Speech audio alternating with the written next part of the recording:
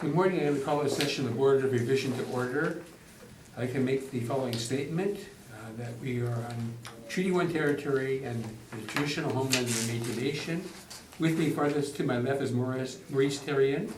Next to me, Neil Harden, and my name is Harvey Diamond. The city of Winnipeg is represented by Savannah Scheibel, and our recording secretary is Sudat Aziz.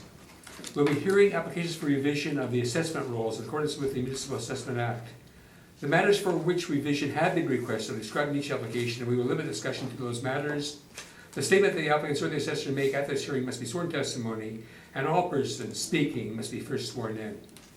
Be advised that comparative assessments of properties are not considered as evidence by our board. Our board is appointed annually by council, is independent of it and the city administration. We make our decisions on the basis of the evidence that we hear today, and we issue written orders that will be mailed to all parties as soon as possible thereafter.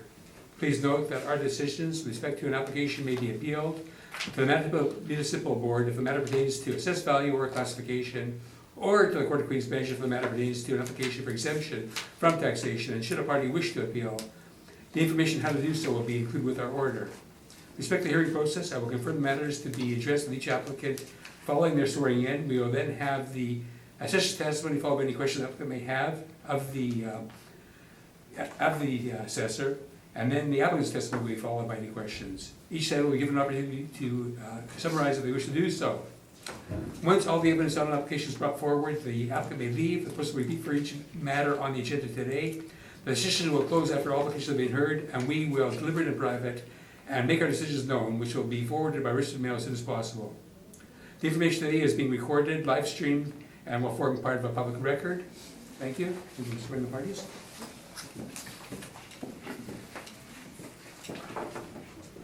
Would you like to swear in or affirm? Swear in? Please state your full name. Svetlana Ship. And do you swear the evidence you represent is the truth, the whole truth, and nothing but the truth, so help you God? Hi. Thank you.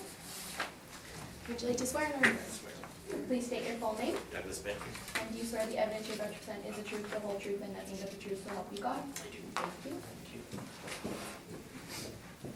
Michelle, when you're ready, you can proceed on, I guess, the first matter that we're dealing with, will be 325 Broadway Avenue. Yes. Thank you.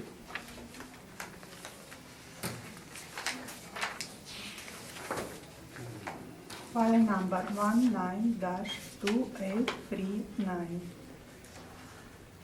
Roll number 12093361500. It's 325 Broadway, Long Broadway Square Limited.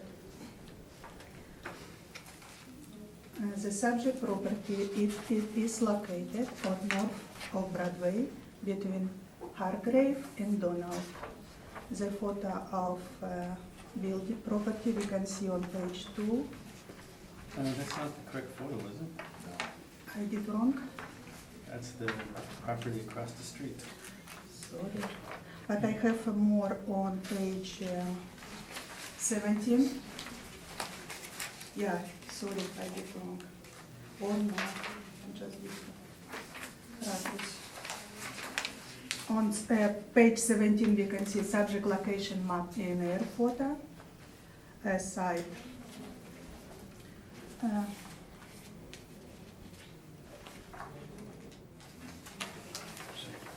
And good photo on page 18. We valuing the properties as a stand of January 1st, 2020, based on the economic condition as April 1st, 2018. This appeal is with respect to the amount of the assessed value only, based on evidence in this report. In this assessor opinion, the market value of subject property as of April 1st, 2018 is $50,418,000, in that the 2020 assessed value should be confirmed.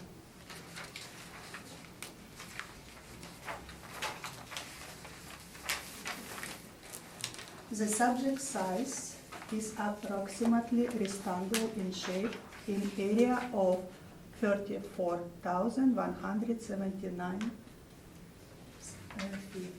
square feet.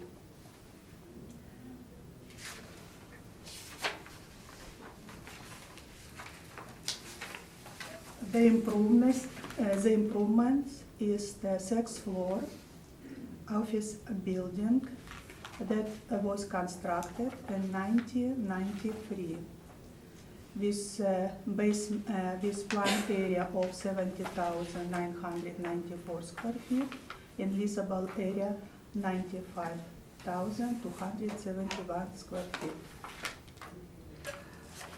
The subject property has indoor and outdoor survey parking lots, indoor 15 stalls and outdoor 17 stalls.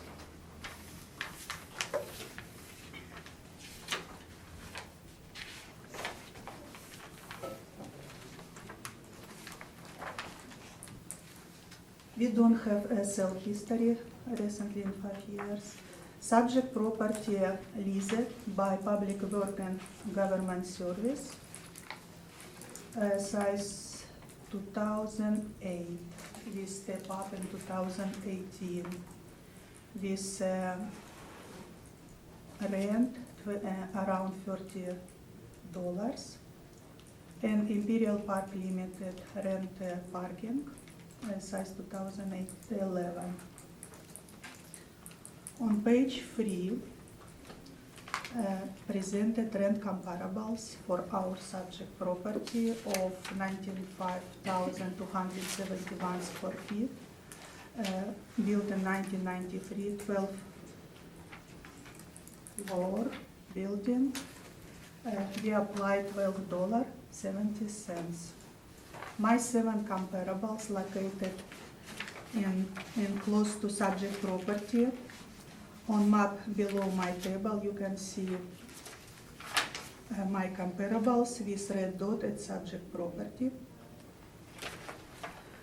It's located on Broadway, Portridge, Gary, Carlton, Graham. All buildings built between 1971 and 1982. My lease started size 2016. Include 2017. Square footage variable from 2.3 thousand square feet to 61,000 square feet.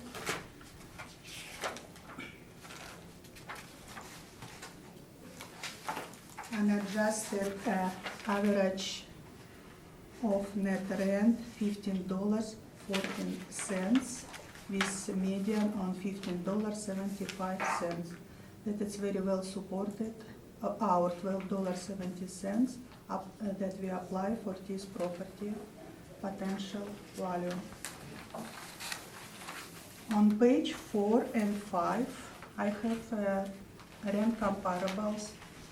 2017 reported rent and rate for parking structure on page 4. In my table, I presented 15 comparables with map below table. Our stabilized net income stall per month range between $84 to $176. On page 5, comparables property for 2017 report rental rate for surface parking. 14 comparables. Map you can see below tables. It's very close to subject property. And stabilized net operating income per stall per month range between 100 to 255.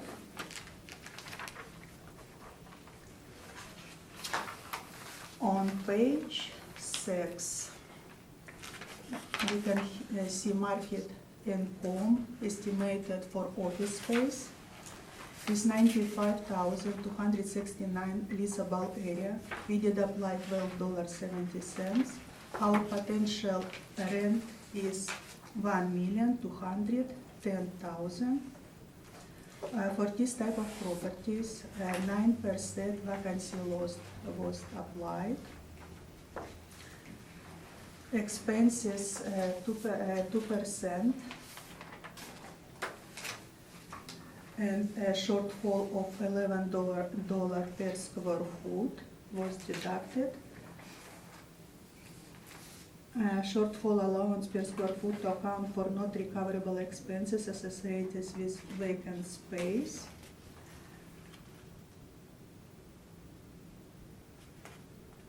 And 2% for non-recoverable expenses. Our capitalization rate for this property, office building, 6.75%. That very well supported on page 10. We present a table of capitalization rate used by our models that supported by review of industrial standard market report, its external property appraisers. Capitalization rate reported for the first quarter of 2018 from Colliers International Canada, CBRE National Research, Cushman, Wakefield were reviewed. Our range for this type of property on its 6.75. It's very stable, it's no range here. For downtown property B. And also capitalization rate supported on page 13. As a following example of actual sales that took place during the reference period, the purpose for showing this individual capitalization rate, it is to illustrate the accuracy of the model is substantial. The model derived capitalization rate that are not met to be comparables, specific for the subject property.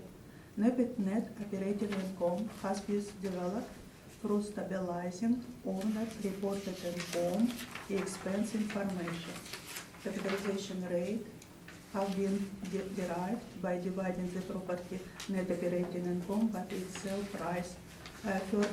First table specific for office properties.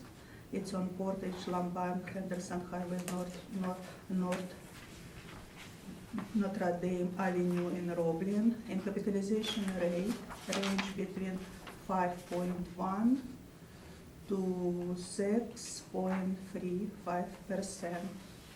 Our capitalization rate, we apply 6.75, appropriate for this property. On page 7,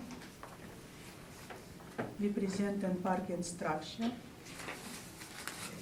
for 15 stall on subject property. We applied monthly net units rent, dollar per stall, $138.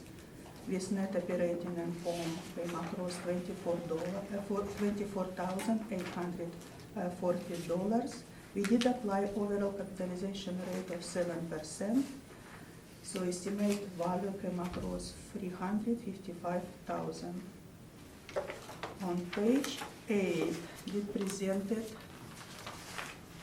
income for surface parking lot of 70 stalls. We did apply $103.50 with 4.50 capitalization rate, and came across estimate value for parking lot $469,000.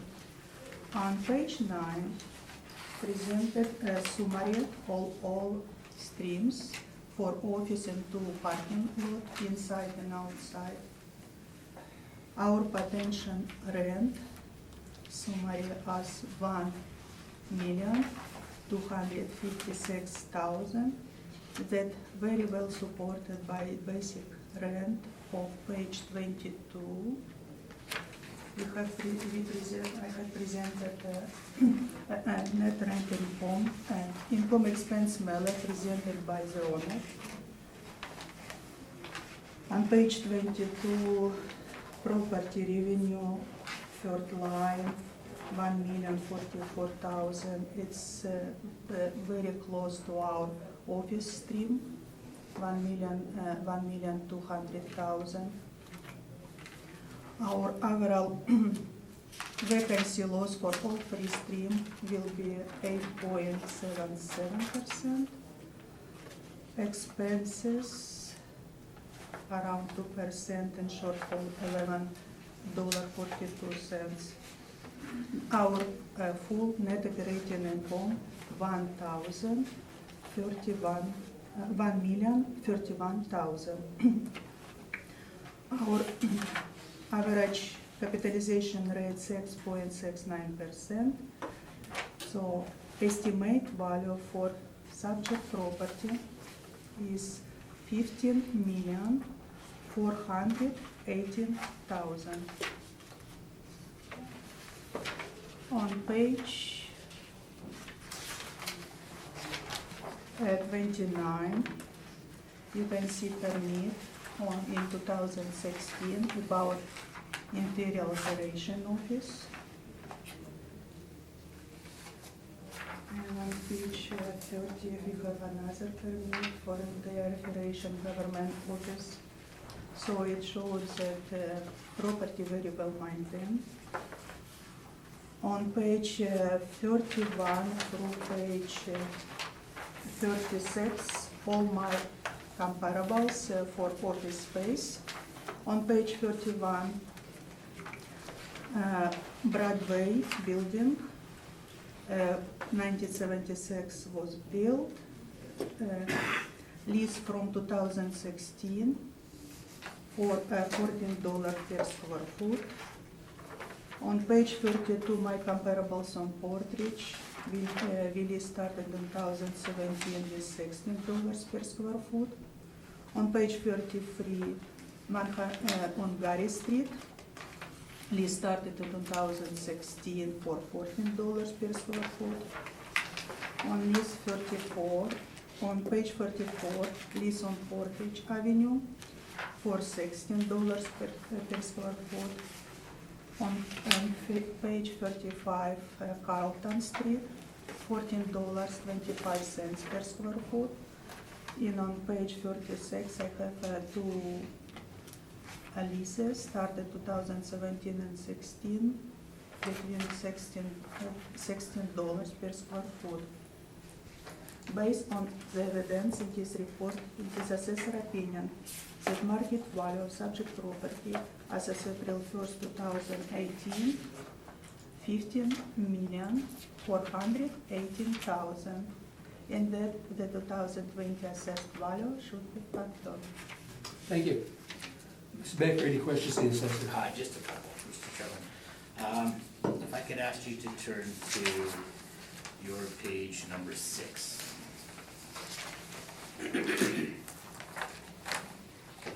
Your shortfall rate is $11. Mm-hmm. That's the same as last year, but for 2018? Are you aware? I don't know. Okay, the cap rate is 6.75%. Is that the same as for the 2018 reassessment? I don't have this information. Okay, so you don't know. Because in new assessed years, 2 years cycles. So you don't know if the cap rate stayed the No. same for Class B from 18 to 20? No, it's a new cap rate, a new shortfall expenses and vacancy loss. It's everything developed through information reported us by owner. Okay, no, I House understand that. mass model is working. I guess my point is that the cap rate for your office building is the same as it was for 2018. So basically you're saying that it was static, your studies. Yeah, and our table on page 10, it shows no range for City of Winnipeg, April 1st, 2019, and 20th percentile and 80th percentiles. For downtown B, 6.75, it's stable. It's very well supported by another sales on page 13. Okay, well, I did look at your sales on page 13, and there's none on Broadway. The only ones that are downtown is, the only office building is 294 Portage, and and that was built in 1930. And there's one on Lombard, which is the old grain exchange, that was, you've got 1974, but I know that one was built in 1910, 1920, around there. Yeah, So and, they're not Class B office buildings. yeah, they are not meant to be comparable, specific, so for the subject property, it just showed what range actual Okay, sale. if I could ask you then, on page 7 and 8, you have the parking, you have the indoor heated and the surface parking. Yes, outdoor, indoor. For indoor, you're using a 7% cap rate, and for the outdoor, you're using a 4.5. Now, that's a drop in the capitalization rate from the previous go-around. I'm just wondering, do you have any sales to substantiate that? It's very difficult to, I didn't present any sales for it with me. That's all the questions I have. Thank you. Mr. Terry, do you have any questions to the assessor?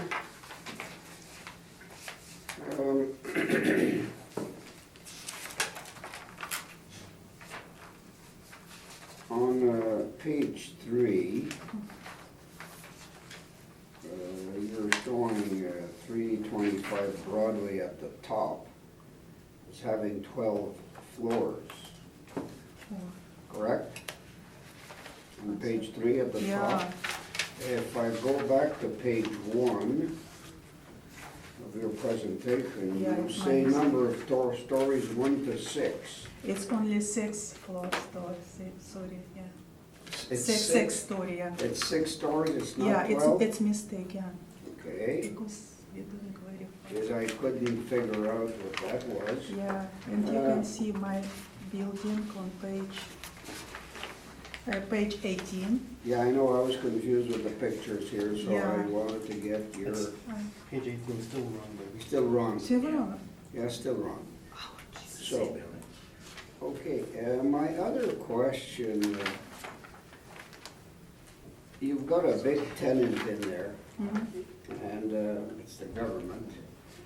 And on page 2, the gross rent is $29.69, Yes, it's correct. correct? Mhm. Then you're using in today's assessment, $12.70 Mhm. as the figure, and there's also the other portion, which is a little different. Now, I know so I also know they've submitted a bunch of mailers here with information on it. Have you looked at any of these to compare to your 1270s to work out the net rent, or is this all modeled, what we have today? Yes, it's model, but it's very well supported by my comparables. Yeah, but what about the information that they mailed in, the mailers? Yes. Did If you look at that? Yes, I look at it. On page And 22. what was your conclusion when you took in what is not acceptable and so on? Because I don't want to run through all of this. I'm just trying to get a handle on what you looked at. Because what we assess, it's aligned with what reported to us, it's very close. It's very It's not close? identical, but it's very Okay, close. we'll see what the appellant has to say about that. Okay, the other thing is I see you had 2 permits there. They're not Mhm. substantial, but one is 2007. So, on page 30. So I don't know how relevant that is. I just look what was done with this property. Okay, because, And- that's 12 years ago, or on the 11 years if we're looking at the reference date, so. I don't know how much weight we can put on that. Okay.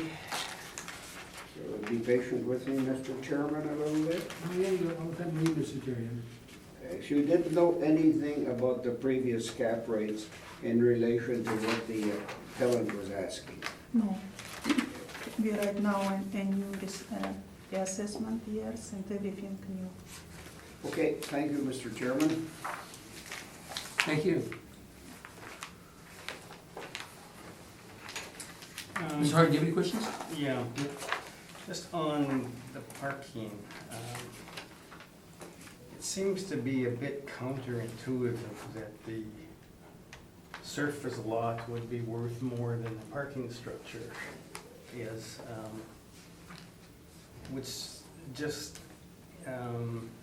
just because of the cap rate, the parking structure actually has a higher income. So why is the cap rate so low on the surface parking?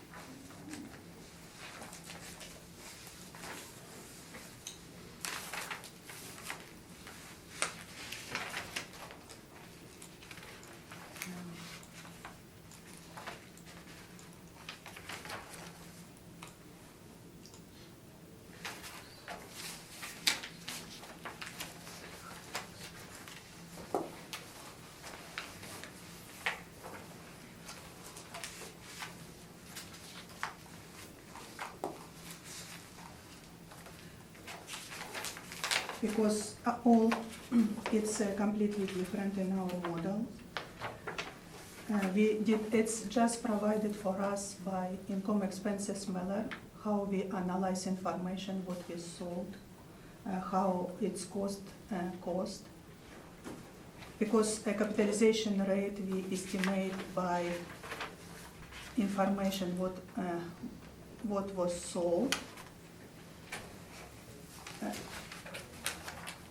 By net income divided by its sale price, so it shows difference between surface parking and structure parking, and plus rate different. So our job to estimate market value of these properties or specific site. So what we see, what we estimate, it's really aligned with what sales showed to us. Okay, and parking structures, if they're sold, tend to remain as parking structures. But surface parking lots, quite often they're sold for land assembly for new development. Do you take that sort of effect out?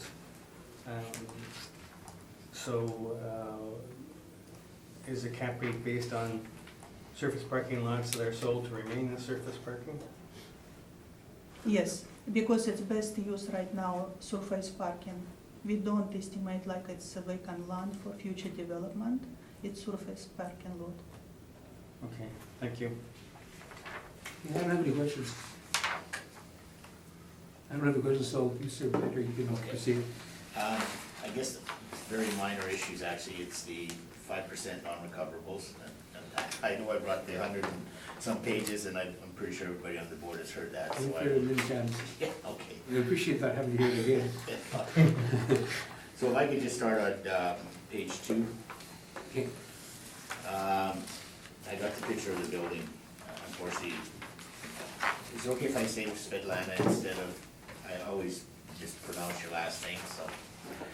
The picture on the second page of my property, it's the CRA building, it's Canada Revenue Agency. This was built solely for them back in '93, and they are still the tenant today at this property. Page 3 is a picture of the site plan, and you can see the building is on the Hargrave side, and the parking lot is on the Donald and Broadway side there. We have no disagreement with the potential rent used by the assessor. There was a step-up lease in January of 18, to a gross of $28.46, and we looked at comparables and we're fine with the $12.70 applied by the assessor. For the vacancy allowance, 9% is standard for the OFB. The shortfall, we're using the $11. The non-recoverable expenses, we're using 7%. Now, the cap rate for the Class B office building, it was even shown on the table on page 10 of the assessor's brief. It was 6.75 for the last go-around, and it stayed stable for 2020 at 6.75, and that fits in with a lot of the studies where we've said there's been little compression, if any, on most of the office buildings from the 2018 assessment to the 2020.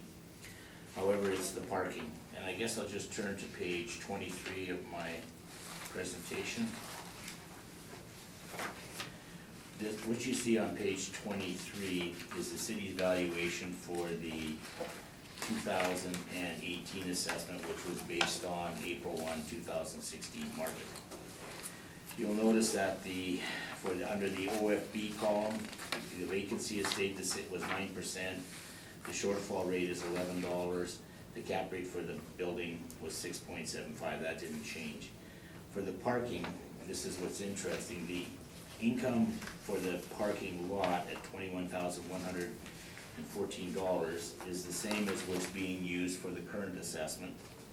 The parking for the underground at $24,840 is exactly the same for the April 2016 reference date as for the current assessment based on April of 2018.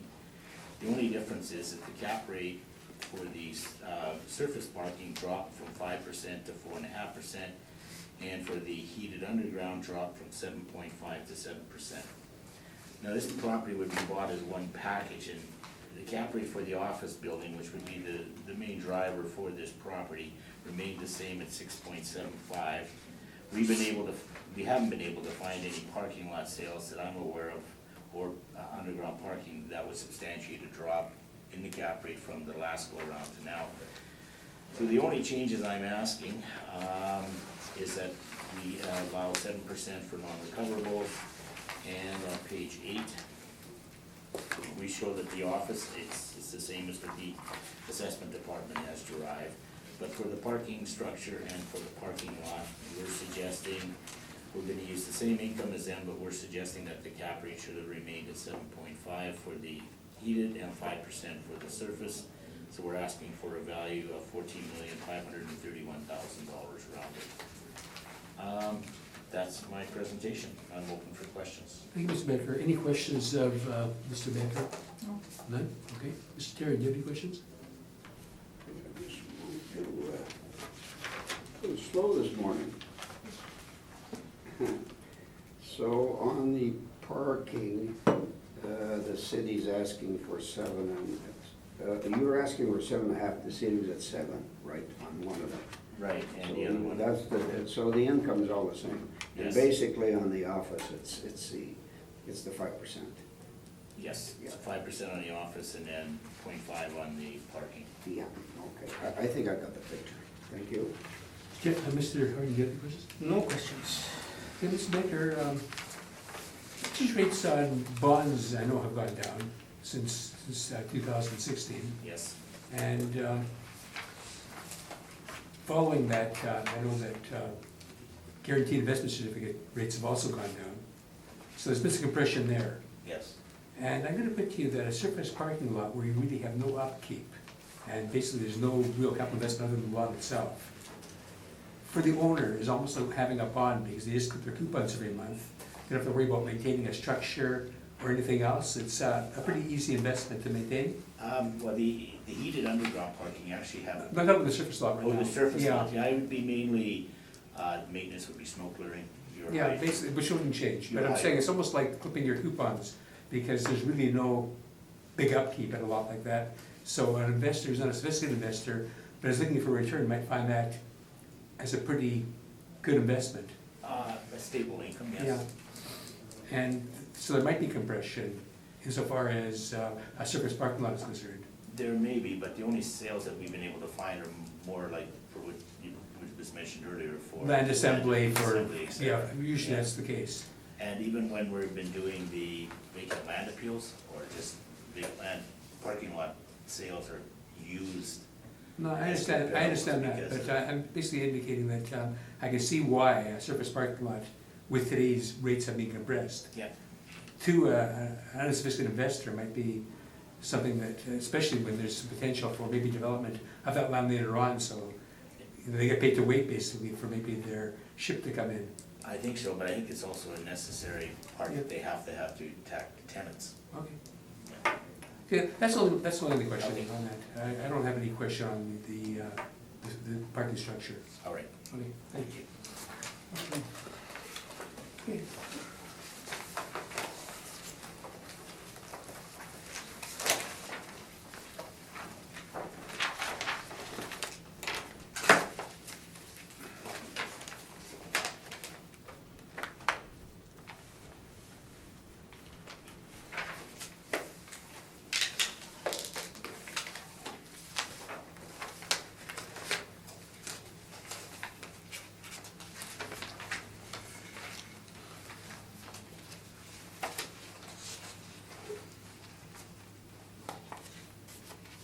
Okay. So our next property is at 191 Broadway, and we already received that. Okay, and if you have any application you have, you can let us know about. File number, yeah, ready? We're ready, yes. Yeah, I'm ready. File number 19-3930, 191 Broadway, room number 12093067100. Property belong to the Wellness Mutual Insurance Company. We are valuing the properties as a stand of January 1st, 2020, based on economic condition as April 1st, 2018. This appeal is with respect to the amount of assessed value only. Based on the evidence and this report and this assessor opinion that the market value of subject property as of April 1st, 2018 is 14,862,000. We got an issue to deal with. I understand, but yeah, I have the assessor has on her agenda, it's up to her to bring it forward, not. Yeah, well, that's what we have to start with, because Yeah, I the think- evidence. Or are you making an might- application? I was gonna let you do it, but are you gonna make an Yeah. application for non-co-op? Yes, and any reduction in the assessed value of subject property is not to take Okay, well, take us effect through that and why you're maintaining that position, and we'll deal with that first then. until, okay. Please open page 2. We have request information in April 12, 2018 for 2017 income years. But we received information in 2019, 1 year after. We need information in 2018 for 2017 to develop our model, to apply right information for our assessment years. So I request the assessor request that burden of proof be placed of the applicant for not cooperation, section 53.3b of the Municipal Assessment Act, if reduction assessment is ordered. Okay, we're where the law, can you take us through what the city did Okay. to seek advice? So our request for information very well supported on page 19. It starts on page 19 to page I can make this easy. 29. Okay, hang on, Mr. Baker, Mike. I spoke to the owners and they filled it out, but they didn't mail it in time. So we're accepting the assessor's request. Okay, on that basis, then we don't have to undergo this burden on your part, we can receive them. Mr. That was over. Yeah, yeah, okay, so, Okay, the property is the Wawanesa building at 191 Broadway. Page 2, it has 9 stories plus a lower level or basement. The gross floor area is 113,287 square feet. There's a leasable area of 86,267 square feet. The site area is approximately 1 acre. The current, 2020 realty assessment is $14,862,000, and we're gonna be requesting a value of $12,965,000. On page 3, there's the site plan of the subject. There's the Main Street on, to the west, to the east, sorry, and Fort to the west, and it faces onto Broadway. It has lots of surface parking, plus there is some underground parking as well in the building. Page 4 is a property description. Subject property is the 9-story masonry and concrete frame structure presently used as an office building. It's located on the northeast corner of the intersection of Broadway and 4th Street. The subject building lacks windows on every floor on the east side. As a result, there are no perimeter offices available on 25% of the rentable area. Approximately 50% of the remaining 3 exterior walls are used for perimeter offices, and the majority of the space has lower finish due to undemised open cubicle areas. This results in approximately only 35 to 40% of the exterior walls finished with demised perimeter offices with windows. Interior finish is typical of standard office space and is considered suitable for general office use. Flooring generally includes a mix of carpeting and vinyl flooring. Ceiling finish is generally T-bar system with acoustic tiles and recessed fluorescent lighting. Heating and cooling are provided by rooftop mounted HVAC system. Subject property offers both surface and underground parking stalls. Overall condition is considered average. The subject has no windows on 1/4 of the exterior walls and has executive finish on the 9th floor only. Overall, the building only has 35 to 40% lighting. The subject site is essentially rectangular in shape with frontage on Broadway and approximately 266 feet and depth of approximately 150 feet to the rear of the lane, which also services the site. Total site area, according to the City of Winnipeg Assessment Taxation Department, is approximately 47,916 square feet. I could turn the board to page 7, at the very bottom. Under potential market rent, the City of Winnipeg Assessment Department has applied an average April 1, 2018 net rent of $1,010,030 or $11.71 square foot to a leasable area of 86,267 square feet. Cushman Wakefield reports in their market beat report for downtown Winnipeg for Q1 2018. Landlords in the central business district will need to be aggressive as the tenants pursue opportunities for superior quality space or more attractive leasing terms. The key factors in the decision-making process by tenants will be the leasehold improvements allowance and a commitment by landlords to undertake significant building upgrades. In particular, there will be increased pressure in the Class B market as a result of rising vacancy rates in 240 Graham and 400 St. Mary Avenue. The following Class B rents are considered. Our ages range from 1971 to 1990. To 2005. 2005 is on Donald Street. And the rents have an average of $12.12 a square foot and a median rent of $11.33 a square foot. The downtown Class B market rents range from just under $11 to just under $16 for spaces under 25,000 square feet. Index 5 at $10 a square foot is actually considered more of a Class C. For larger spaces over 25,000 square feet, the rents typically decrease due to economies of scale hovering around $11 per square foot. Of note, indices 4 and 10, that would be the one in Portage, and number 10 is also on Portage, are from a heritage character office on the south side of Portage Avenue, and index 14 is a heritage building south of Portage Place, the old Winnipeg Free Press with access to underground parking. Many of the above comparisons, indices 1, 3, 5, 7, 12, 13, 15 are connected to the downtown enclosed walkway system. Based on our analysis, we feel a fair market rent for the subject property is $11 per square foot on the upper floors and $5.50 on the basement space for an overall April 1, 2018 market rent of $10.82 a square foot. So the assessor's at $11.71 and we're requesting $10.82 per square foot. Vacancy allowance, we're agreeing with the 9%, $11 for shortfall. We're asking for 7% for non-recoverable expenses. Now parking. The subject property has 36 underground parking stalls and 74 surface parking stalls. The subject property is 100% owner occupied and there is minor income collected from staff for parking. For the surface of parking, the assessor has applied a net monthly rent of $103.50 to 74 surface parking stalls for an annual rental income of $91,908, which is capitalized at 4.5%. For the 2018 assessment, the assessor used the same net rent net monthly rent, but use a 5% cap rate.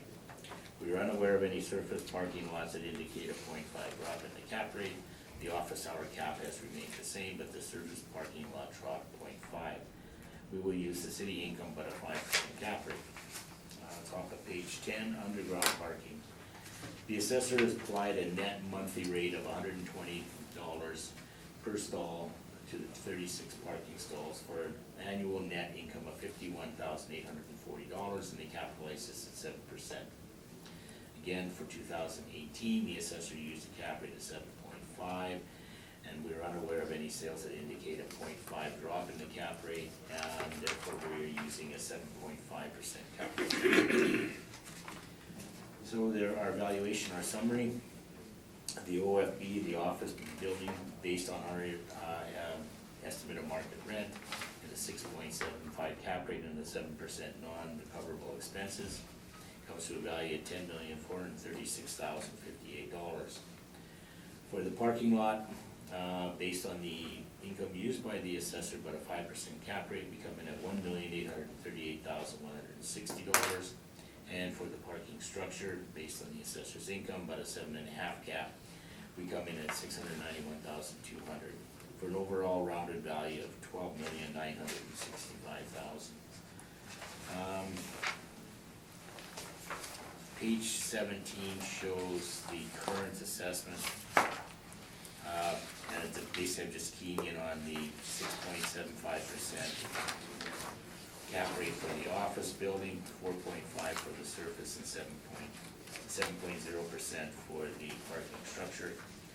And then on page 19, this is from the last go-around, 6.75 on the office tower, 5% on the parking lot, and 7.5 on the underground parking. So based on our information, I would request the board reduce the assessment to $12,965,000. That's my presentation. Thank you, Mr. Becker. Any questions of the applicant? On page 8, you can see a table of comparables. Yes. You not identified these comparables. No, we don't give out the actual address until that lease has been made public. We can't do that. It is true that lease rate increased over the period from 2013 to 2018? 13 to 18? Yes. Most likely, yes. Many of your lease comparables are leased that were signed more than 3 years before the reference day, correct? I wouldn't say most of them. The top 7 were all from March 16 on, so that would be within 2 years. Number 9 was in April 1 of 18. And the last one, Carlton, was in 16. So there is one from 2013 and 3 from 2001. 2, 3, 4 from 15. You have not made any adjustment to account for inflationary effect on lease rate over the time, have you? Did I adjust any of these rates? Mhm. No. Your unadjusted average $12.12 and you made $11.33, but you still ask for $10.82. I asked for $11. It's based on size. And then I asked for a lower rate for the basement. But it's average 10.83. So, Thank you. Mr. Hart, do you have any questions of the applicant? No questions. Mr. Terry, do you have any questions of the applicant? Sure, why not? He's in a good mood today. Well, we're not here to fight, we're here to get information. Yeah. Site-specific, now, did you look at, same question I asked the assessor before. Did you do an analysis of the mailer to compare it to what you're putting in as a rate, or you did not? No, because it's owner occupied. Okay, so, okay, I see. Yeah, Okay. so That's why we had to go to the market. Yeah. And you mentioned there's 25% of the premise has no windows, one side. How much does this have an effect on the, I guess it could be on the cap, it could be on anything, I guess. It could be. But you threw it in, and you also mentioned in that page that this was an average building. It's a 1976 building. Yes. I don't know if there have been any permits to update it, but 1976 could make it pretty dated, so I don't know what the condition could be. Well, from my understanding, it is just average. I recently came in on the Great West Life building. Yeah. That one's considerably older, but the old portion of it, they've just started renovating that one from the 1950s date. It seems that the home, if it's a home office, you know, and it's you own the building, I don't think you maybe keep it up to date aesthetically as you would, like, the heating systems, everything are fine. But the interiors, it's like a typical cubicle office. Have you been in there recently? No, not recently. You haven't? I know they bought the building at 200 Main, where they do have space, and they plan on building another office building, but I don't know exactly if they've done any real work to this one. And what's the basement being used for? You've put a rate of 550 on Mainly that. storage, Storage? yeah. You basically cut it in half there. It's just, I usually take the main floor, like, the main floor is usually more valuable, and as you go up, it's gonna be less, and in the basement, I usually just take half. Okay. But I use $5. Well, let's see, but something else. And your comparables have a mean of 1133, but you've explained. Okay, I think that's all I have, Mr. Chairman. Thank you. And I don't have any questions. Thank you. So, it's, you can go ahead with your,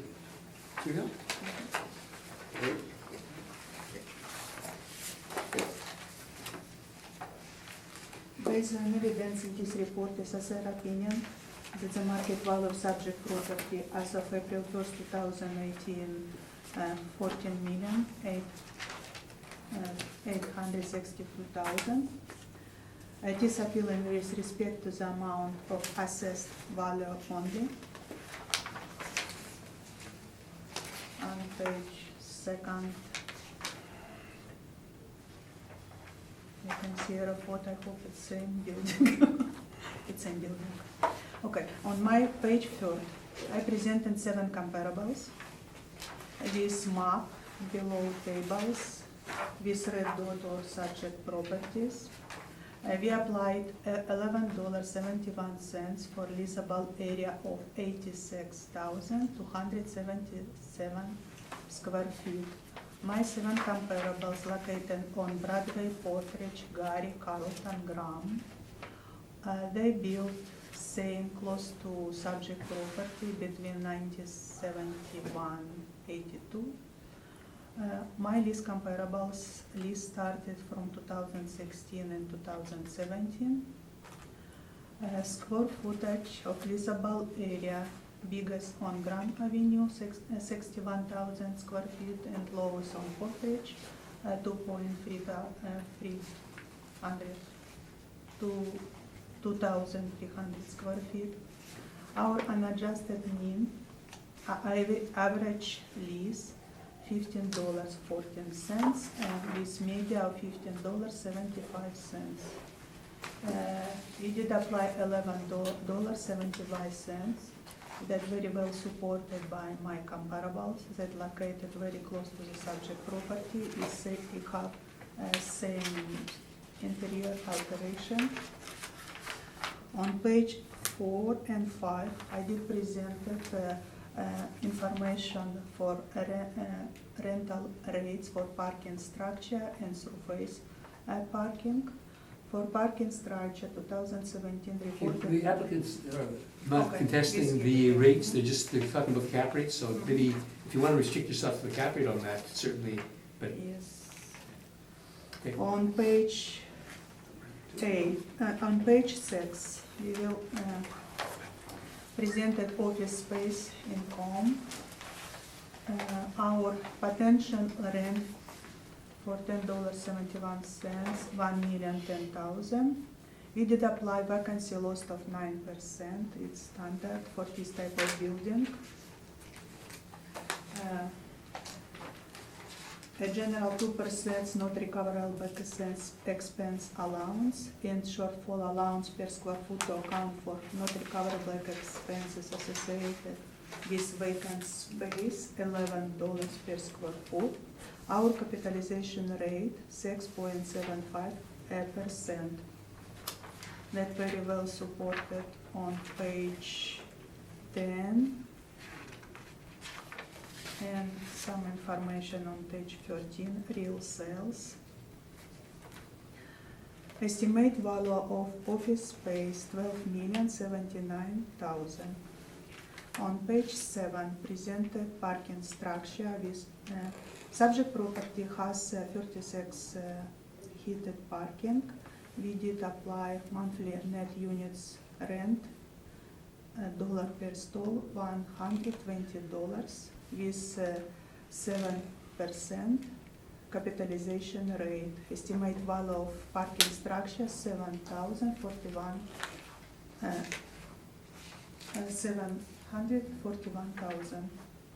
On page 8, parking lot surface parking. Subject property has 74 stalls. We did apply $103.50 monthly net units rent, dollar per stall with capitalization rate 4.5%. Our estimate value $2,042,000 was estimated. On page 9, income value summary for all three streams for $40,862,000.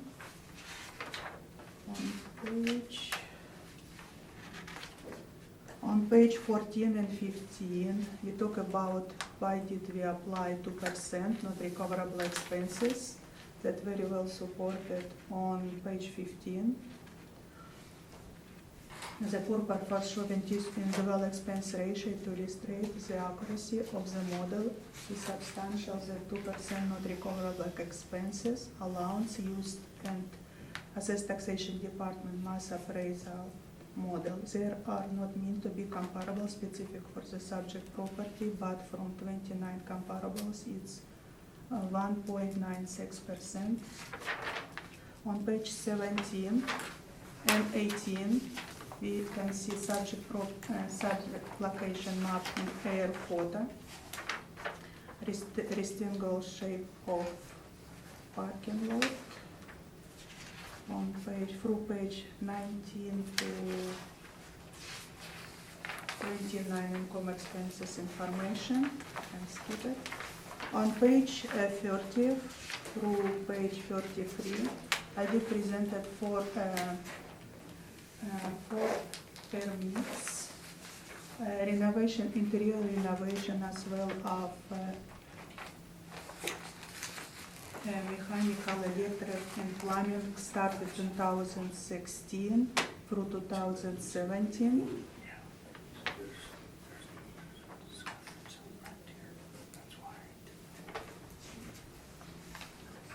Our office rent comparable presented on page 34 through page 39. Comparables on Broadway for $14 per square foot. On Portage, we started 2017 for $16 per square foot. On page 36, comparables on Gary for $14. On Portage for $16 per square foot. On page 58 on Carlton, $14.25 per square foot. On Oak Run, $16 per square foot. Based on the evidence in this report, it is assessor opinion that market value of subject property as of April 1st, 2018 is $14 million. $862,000, and that the 2020 assessed value should be confirmed. Okay.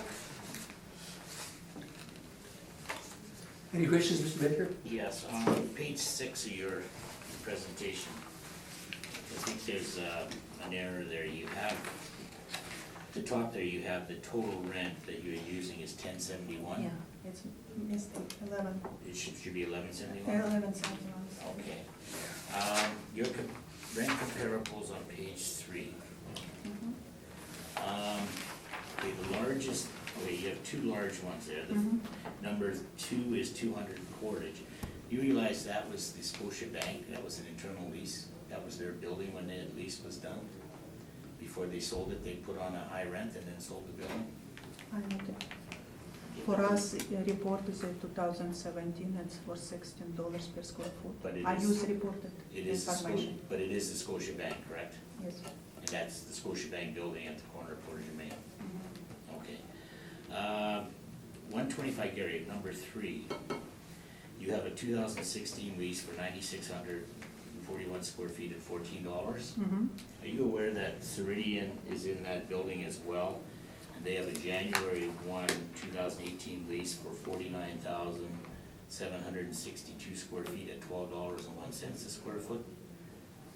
When it started, January 1, 18. okay, I didn't have, because I was looking for 2017 reported information. But the reference says April 1, 18, right? Yeah, but I use 2017 whole years to provide in my comparables. Okay, but would you agree that 49,000 square foot space would be more comparable than? Yes, it will be good. I will look into for future. Okay, and the next large one you have is 240 Graham, for 60,772. You Mhm. realize that's a Cargill rent? Yes, correct. Okay, and that was their building, it's attached to the Skywalk Coast portion. Like Okay. same situation like with subject property owner occupied. But not as good a location, though, correct? Yeah, but it's downtown. It's best what we have found. Okay, Because I was looking specific for big square footage. okay. That's all the questions I have. Mr. Terry, any questions? Oh, is that me? Yes, it is. I don't think there's a second one in the room. No, I was preoccupied working stuff out here. The same question I asked, on the mailer here, Mhm. did you look at the, did you try to compare that? Because I'm assuming this is all model driven, you're on a building, Yes, correct. it's model driven. Did you look at the, what was sent in to see, oh, that's right, you didn't have it. Okay, so that's a problem here, I okay. have on page 26. Yeah, and then you got the permit, Mhm. November 2017, what? Yeah. And 668 and 900, so about 1,700,000. Oh, there's more here. Okay, so there's a number of permits. Do you know, have you been in that building at all? No, No? So, you feel your comparables are reasonable, and I had picked that up too, that there's about 90 cents difference on rent there. I think both of us have picked that up, by the way, Mr. Betker. Do you figure your comparables are justify your model rent? yes. That's all I have, thank you. Mr. Harden, any questions? Just the rent on the lower level, we're using 935, and the applicant's using 550. Do you know what the condition the basement is in? Is it? It's a storage area in very small, less than 3,000 square feet. Okay, strikes me that the 935 might be a little bit high on that. That's why I showed overall $11.71 for whole building. Okay, thank you. Kevin, any questions? Can I just make one comment? Mhm. The basement is actually 20,000, over 20,000 square feet, correct? Basement, 1 second. the actual area. Basement, yeah, Okay. 20,379 Okay, square feet. that's all I have, thank you.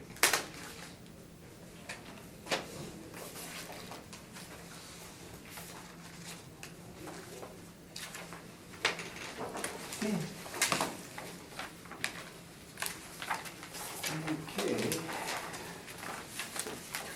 Okay. Yeah, can we take a 5-minute break right now? Okay, we're back in session, and our next property will be 260 Hargrave. And when you're ready, you can proceed. File number 19-1849. Row number is 120-976-18600. Property on 260 Hargrave Street, belong to Grand Powerhouse Investment Inc. Dear all values the property as it stands on January 1st, 2020, based on the economic condition as April 1st, 2019. This appeal is with respect to the amount of assessed value only. Based on evidence in this report, it is assessor opinion that market value of subject property as of April 1st, 2018, 14,629,000, in that the 2020 assessed value should be confirmed.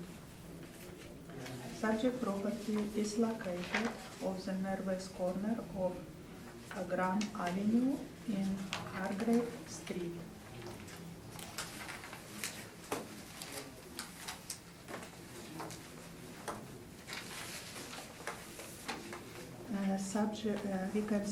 We can look for on page 2. And location on page 17 and 19.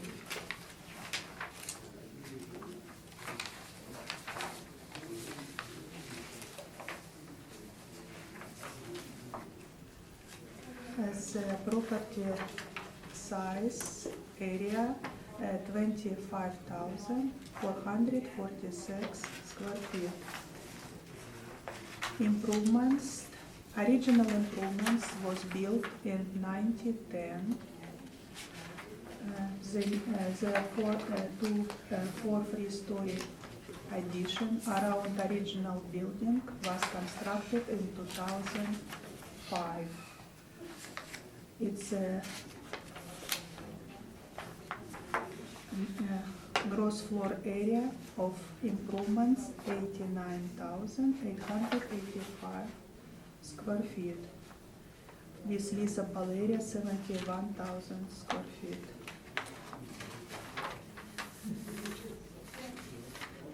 We did receive all information, income expense information about a subject property on time.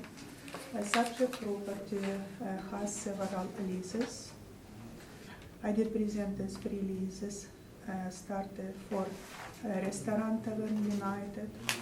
Lease started in 2010 for $20.36. True North Sport Entertainment Limited. Lease started in 2011, around $13 per square foot. And CTV Television Inc. Lease started in 2006, 30,000 square feet for $21. On page, subject property has indoor parking lots, 19 parking lots. On page 3, I did present the 2000 comparables for 2017 reported rental rate for parking structure, 15 comparables around the subject property. You can see on map below tables. Our 15 comparables show stabilization net operating income per stall per month range between $85 to $176. On page 4, we present the restaurant rent comparables. Tavern United, a restaurant occupied around 10,000 square feet. We did apply rent $23.83. My 5 comparables presented on map below with red dotted subject property. My comparables located on Main Street, Region, Kennelston, Portridge, Pembina. The square footage leasable area between 3.5 thousand to 7,000 square feet, and net lease per square foot between $22 to $31 per square foot. So unadjusted average net rent $27 and media $27.50. That very well supported. Our applied rent $23.83. On page 5, I did present that office rent comparables for subject property of 61,000 square feet. We did apply $14.96. Our 7 comparables located close to subject property. Biggest leasable area of Drum Avenue, 61,000 square feet for $15.75, and the smallest on Broadway, around 3,000 square feet for $14.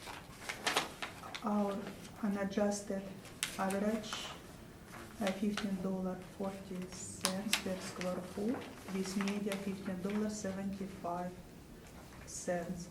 Our $14.96 per square foot, very well supported by my comparables.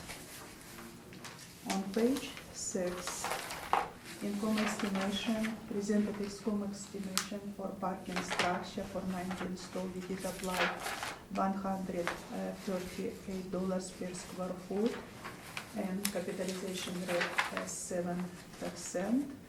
Our parking structure income estimate value of $450,000. Restaurant and stream income on 9,650 leasable area. We did apply $23.83 with potential rent of $230,000. For this type of lease, for this type of restaurant, we applied 3% vacancy loss.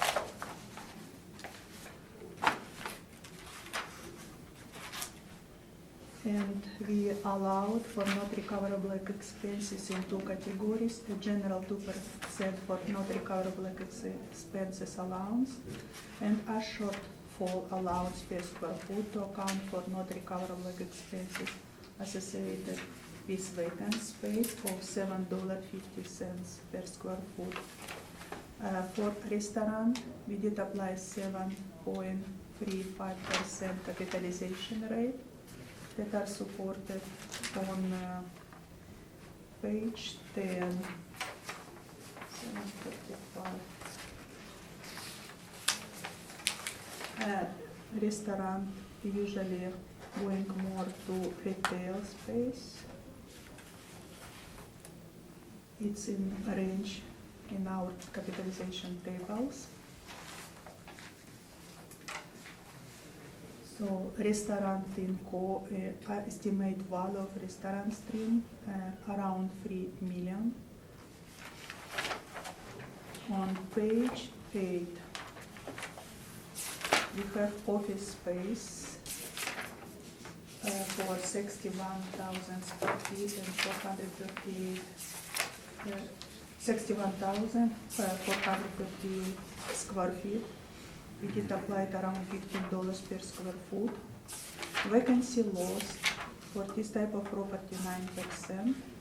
We allowed for not recoverable expenses in 2 categories: 2% not recoverable expenses allowance and shortfall allowance per square foot to account for not recoverable expenses associated with vacant space, $11 per square foot.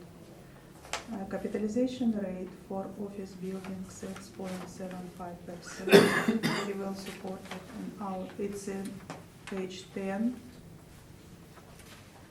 Our specific examples on page 13, sales system. On page 9, I have income summary.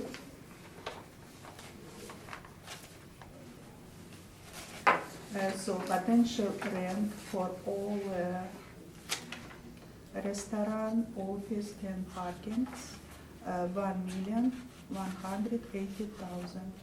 That very well supported, but reported potential rent on page 23. On page 23, line 1, total base rent on 1,150,000. It's very close what we assessed. Expenses around 2%, shortfall 11.67, it's because it's average. So estimate market value 14,629,000. On page 21, we have a financial statement rent rolls through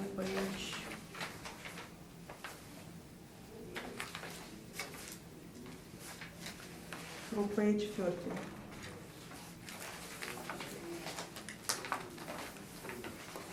On page 31 through page 41, I have rent comparables for office space. On Broadway, page 31. On Broadway, lease started in 2016 for $14 per square foot. On Portridge, next page, $16 per square foot. Carey Street, $14 per square foot. Portridge, $16. Carlton, $14.25. In Graham Avenue, around $16 per square foot. On page 37, I did present restaurant rent comparables. Restaurant on Main Street for $27.50. On page 38, on Region Avenue West, we have a restaurant 3,700 square feet for $30 per square foot. On Kennelston Boulevard, lease started in 2016, around 6,000 square feet, $22.50 per square foot. Restaurant on Portridge on page 40 for $31 per square foot. And on page 41, a restaurant on Pembina for $24 per square foot. Based on the evidence and this report, it is assessor opinion that the market value of subject property as of April 1st, 2018 is 14,629,000, and that the 2020 assessed value should be confirmed. Thank you. Mr. Baker, any questions? Yes, yeah, I guess on page 1, you got the areas laid out there, so there's approximately 21,000 square feet of basement area, correct? Correct. Okay. Have you been in the property at all? Pardon? Like customers. Okay, in the Tavern United? Have you been on the second floor at the Tavern United? No, I know. Okay, that's where the crosswalk, so you're not aware that it's mainly just a floor for BLT revenue, BLT machines? Doesn't have real restaurant finish, there's a pool table area at one end, a little bar, and then BLTs? No? No, I didn't belong second floor. You aware when they moved in, know that they were able to put in a large amount of BLTs because part of the revenue was going towards True North? Are you aware? No? Okay. I guess if I could turn to your parking on page 6. Now, the rate that you've used, you've got parking heated $138 net per month, correct? Correct. Now that's net after expenses. Now, if I could ask you to turn to page 23 of your presentation.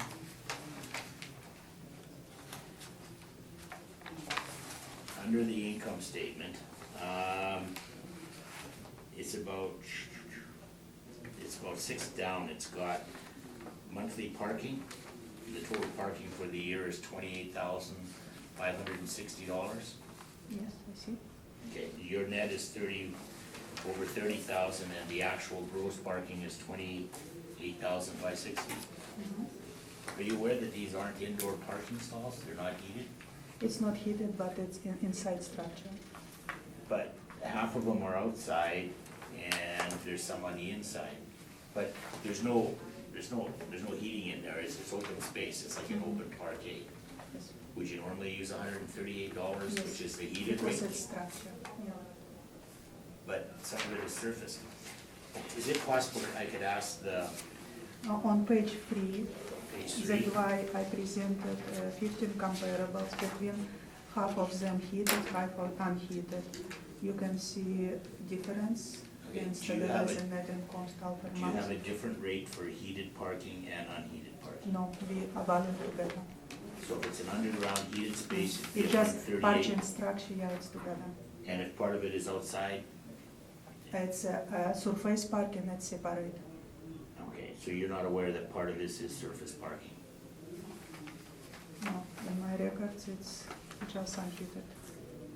Indoor, 19 indoor parking space. Okay, so you feel that the 138 is valid? Mhm.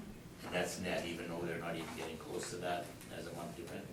Yeah, because on my page 3, you can see stabilizing net operating income range between $85 to $176 per square foot, per store per month, net operating income. Yeah, it's very well supported by my comparables for You know, downtown. the stalls are basically for CTV, right? Like, you've got the age of the building is 1910 and 2005. Mhm. In 2005, they built the 4 stories, I guess that would be on the west side of the building for CTV, et cetera, Yes, correct. and the parking there is for CTV? Mhm. Okay, so that wouldn't have any bearing on it? No? Okay. That's why we put the effective year till 2000, not actual additional building. Okay. Your restaurants that you've used as comparisons, most of these are in major shopping centers. Yes, Some of them are considerably newer than the subject. Like the original, like where the Tavern United is, was originally built in 1910 as the powerhouse building for Eaton's. mhm. And the ones like the Earls that you have, that's at Polo Park, correct? Yes, That's fairly new, it's, yeah, but restaurant was built in 2005, mm, because all my major addition and major renovation happened in 2005, around this old building, original 1910. okay, I don't have any other questions, I'll wait for Mike. That's fine. Yep. Sorry, any questions to the assessor? The basement space, I peeked ahead, I cheated and said there's quite a conflict in the rental rates on the basement space. And it seems to be a series of kind of small areas. What's it used for? What's it look like? What's it used for? It's for storage space more. You can open page 23.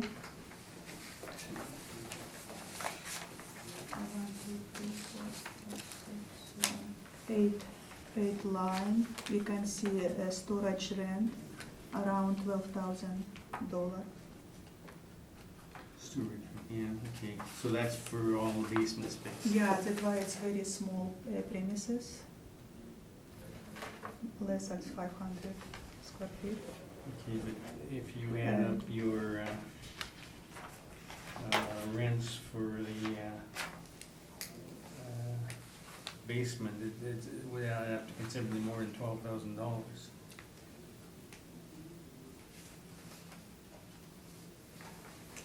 Yeah, that's why I didn't specific talk about basement, I talk about whole building, average, that's supported by my comparables. Okay. Because all this building has storage space too.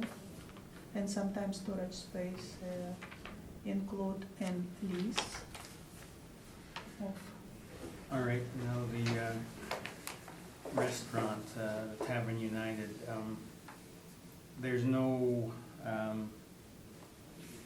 income for the rental of the rooftop patio, is there? no, I don't have this information. Okay, so you don't know whether, don't know whether there's any. Because it's also seasonal. Yeah, All seasonal. restaurant have some patio on street, we don't account for it. Yeah. Now, obviously, this is a prime location for a restaurant. Must do, well, from my experience, they do a quite a good business around when there's events at the MTS Center. MTS Center. That's why my comparables are same amount people in shopping malls. All my comparables restaurant and shopping malls, so how many people going through restaurant? Okay, so you didn't have any rents of I don't have. other restaurants in the Shed District? Or? No, we don't have this information, not reported to us, because I look specific for 2017. Okay, all right. Thank you. Real market Thank condition. you. Mr. Terry, do you have any questions?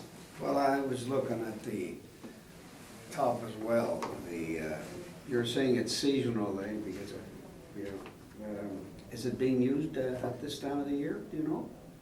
The restaurant on top, the roof? Do you know? No. Our season's so short. Out of season, okay, I'm just Yes, curious. ma'am. Give you a discount, Maurice. No, I've been in there, but it's pretty interesting there, but I don't know how long it lasts. I guess I shouldn't ask that question in November, should I? Yeah. You don't have to worry about your beer getting warm. I really have no question. I just was looking for a question, I guess. I have no questions, Mr. Baker. Can I ask one follow-up question? Oh, you'll do that. Okay. Ms. Lab, on your page 19 of your presentation, if you look at the top photo, you can see like the four-story portion, you can tell like where the CTV is, that's the new portion, that was Yes. built in '05, and then the other portion is the older part with the rooftop. Can you also see there that a lot of the parking is on the surface parking? It's more, how many?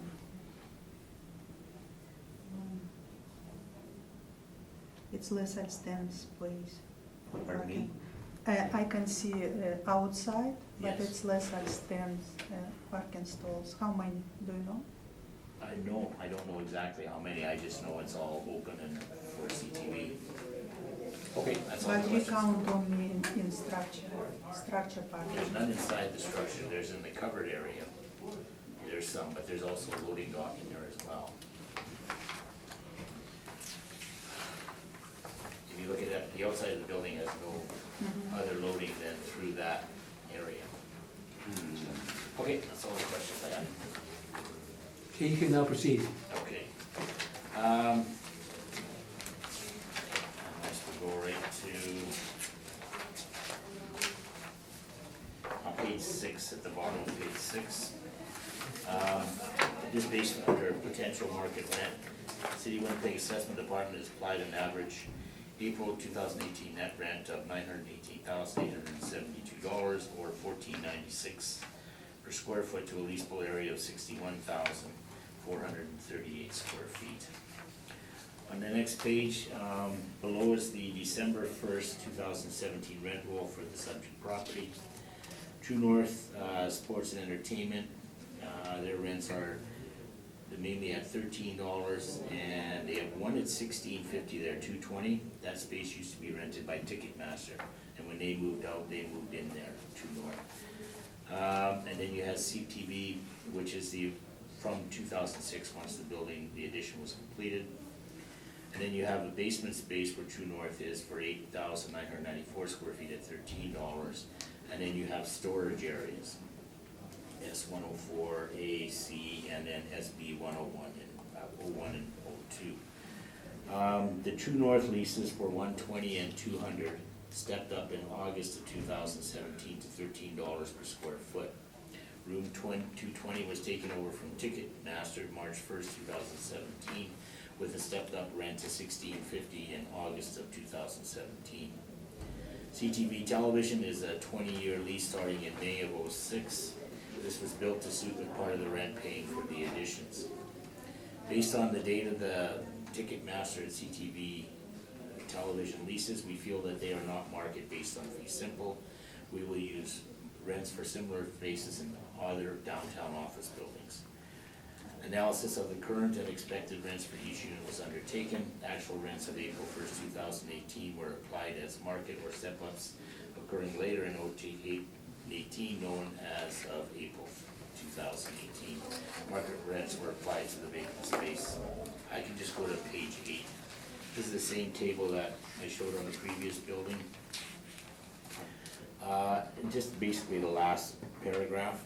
The CTV leases started in 2006, and the True North rent stepped up in August of 17.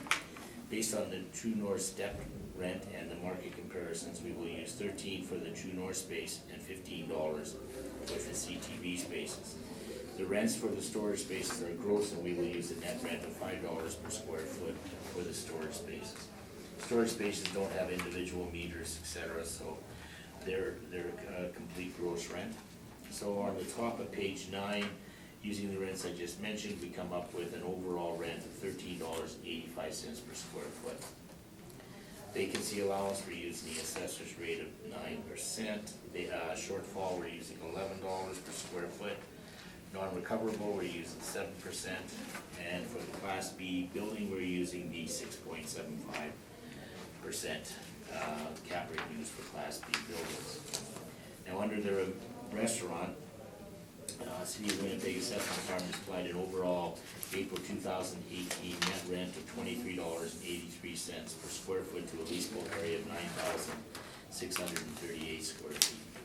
Tavern United stepped up in 2015 for $20.36 per square foot on the main and $20.03 per square foot on the second floor.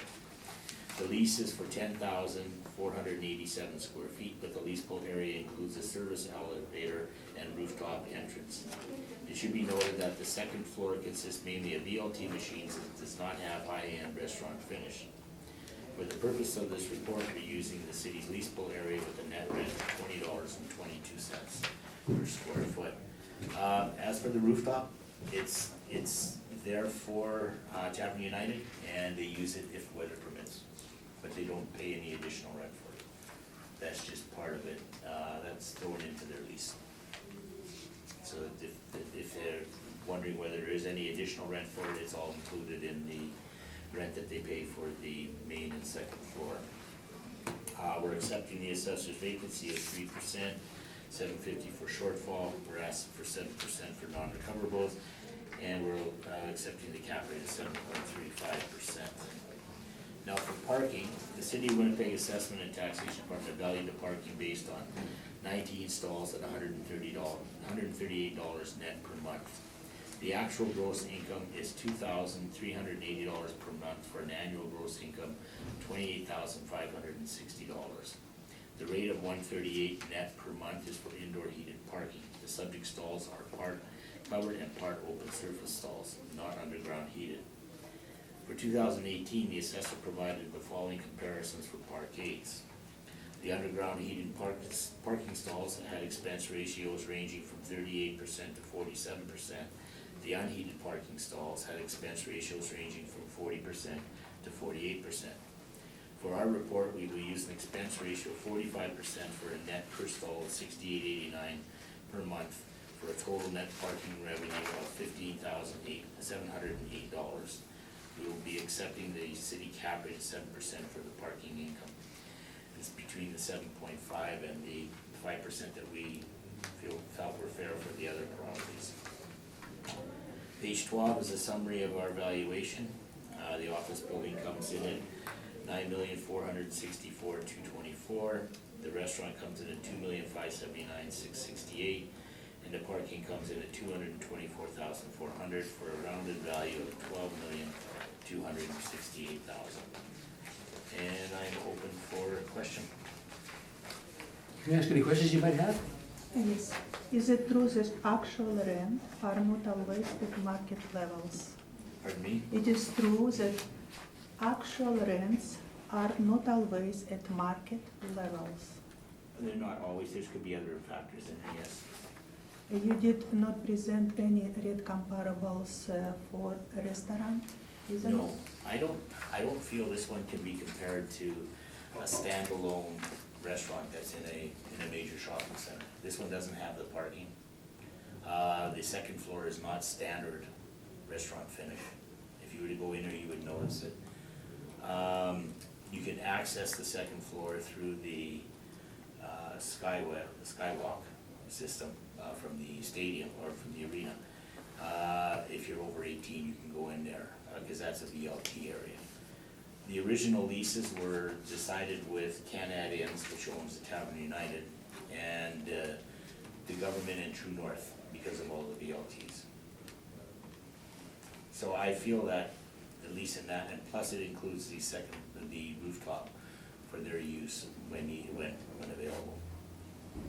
Lease that was signed more than a year or two before the reference date include tools with step up are questionable, isn't it?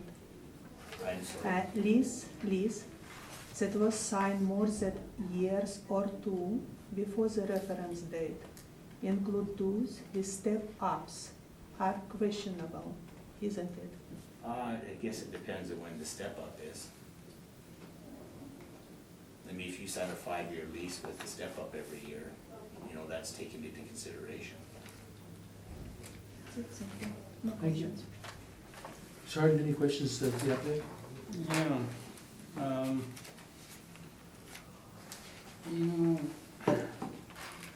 You're using the actual lease for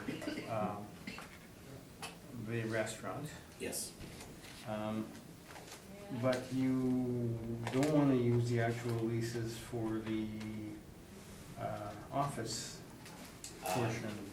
I've used the $13 for the True North step-up leases, Okay, but I don't feel that the lease signed in 2006 for CTV for 20 years, which I know included a lot of inducements and the build-out, I didn't think that was market. And the $15 that I've used, if you look at the comparables I've submitted, is higher than most of them.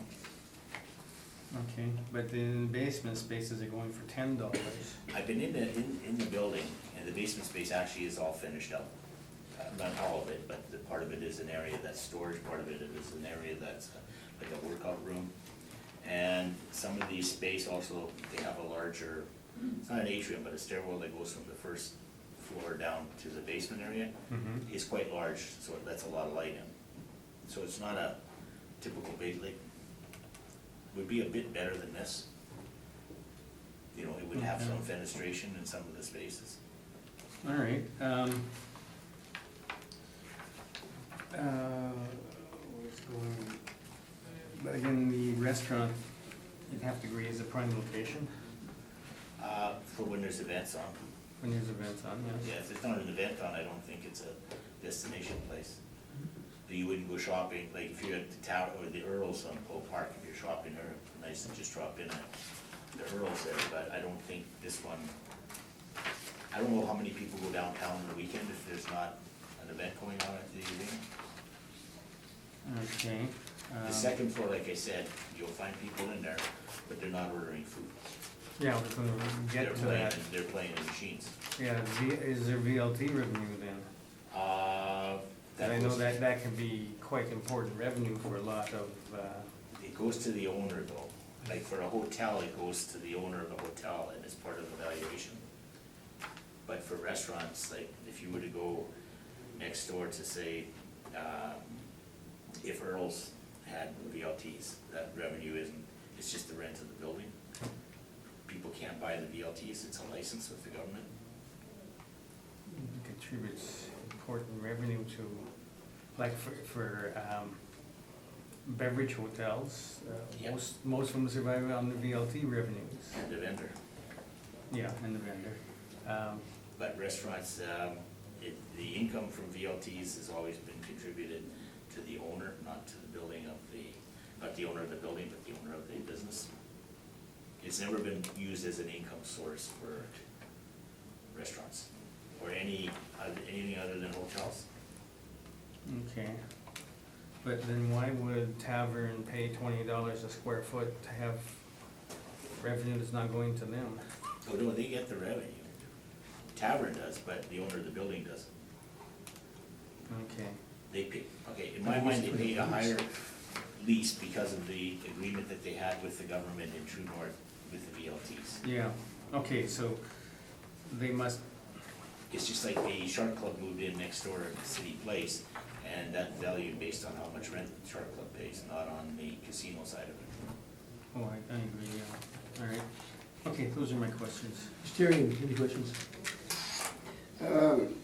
Yeah, on the, I guess a few, on the parking, you're using 19 stalls at a net of 6889, Yes, which gives you the 15708. Now, the city's using unheated inside. It's not clear to me if is there a mix between some of the parking inside and outside, and is the 19 figure proper? I'm a little confused as to what, with the evidence that we've got this morning, what is proper here? well, the total gross income for the parking was 28,560, and that's for those 19 stalls. And there's no heating in there, that I know for sure. Part of it is outside, which is surface, and part of it is covered. And my understanding is from looking at parkades, there's a heated rate, and then there's this parking structure rate, and then there's a surface parking lot rate used by the assessment department in their calculations, depending on what area of the city it is. And is your net of 6889 a combination of the unheated and surface parking? Or, you know, I don't want to do all this gymnastic of working this out. I'm trying to get what you No. worked out. Okay, what I did is I took, I got that the unheated parking stalls had expense ratios running from 40 to 48. So I went right basically in the middle of 45, a little bit higher than the middle. So that's what I used as for my expense ratio. Okay. Okay, well, I'll see what my colleagues have picked up here. Now, the restaurants, you've used 2022, and that, but if I look at your leasable area on the OFB, you're at 59,515. Yes. The 60's at 61,438. I think you mentioned $15 you were using for the office? For the CTV portion. Oh, so you're actually using less. It's 684,477 divided by 9,515. You're using 1385 for the office portion. Well, that includes $5 on the storage as well. Yeah, I'm just trying to. The So- CTV portion is roughly 30,000 square feet. So you're using 15 on those? Yes. On page 9 there, it's got a breakdown of how I come up with. Okay, and then you've used 5 for the basement. Well, actually for for the the storage area. Part of storage. it, yeah, part of it's in the basement and part of it's on the main floor.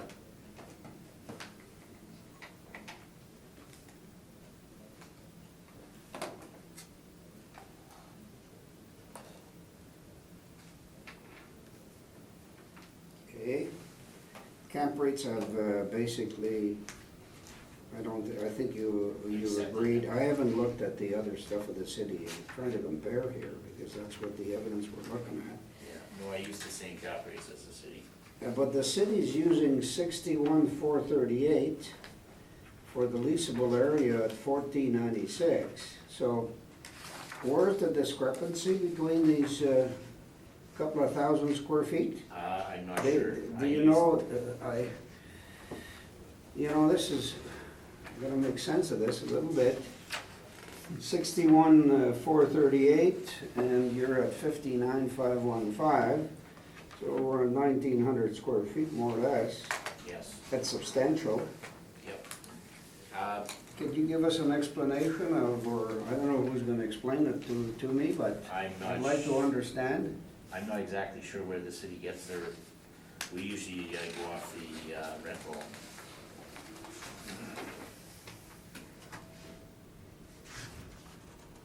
So I'm not sure where the difference would be.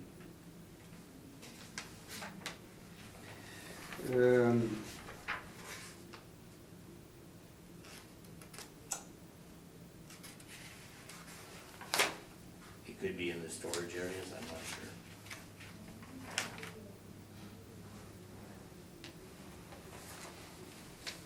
The restaurant with the city is 9638. You're at 10487, so they're lower on the restaurant and you're higher on the restaurant portion. 800 square feet there, or 600, 800 more or less. So anyway, I'm just trying to see if Yeah, I'm not sure. we're gonna make sense of all of this when we try to make a decision. Yeah. I'm not sure where the difference is. Can the city maybe clarify this for us? Or are you gonna, I don't know, is that okay, Mr. Chairman, or not? We want answers, so can you? I'm trying to- We want clarification, let's get that. Go ahead. I look in our 2018 records. It's Pardon me, what was that? 2018 same records, nothing changed in square footage. We have in our system a 3-floor building, office building, has 39,600 square feet. In basement, 12,000 square feet. And we have report for 4-floor buildings, so it's in portions. 4-floor building has 27,798 square feet.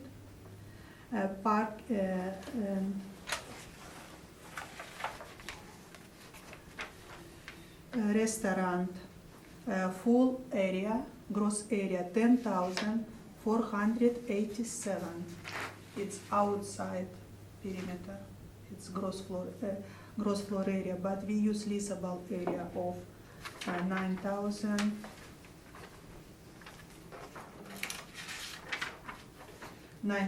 9,658 square feet.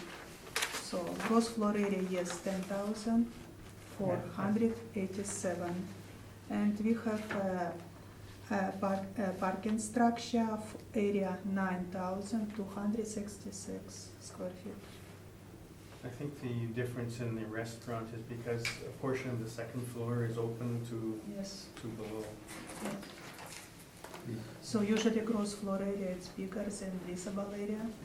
If it's rented, if owner occupy whole building, it's full gross area. We don't reduction any space for leasable area. If I could That's find our practice. page 27 and 28 of my presentation.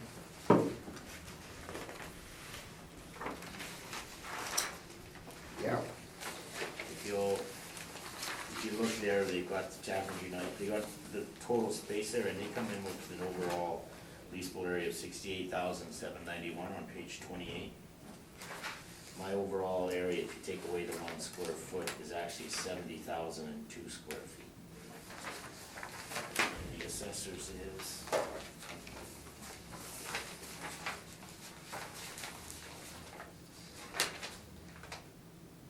89,005. Oh no, what is? I don't know what their square footage is. Their total. 70.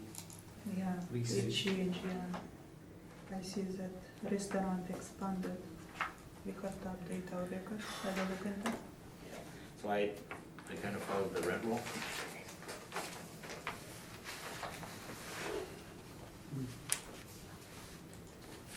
I hope my colleagues are clearer than I am on this. Don't count your chickens. I normally use the rent roll as much as possible because that's what the owners depend on, so some of them have different measuring techniques than others, but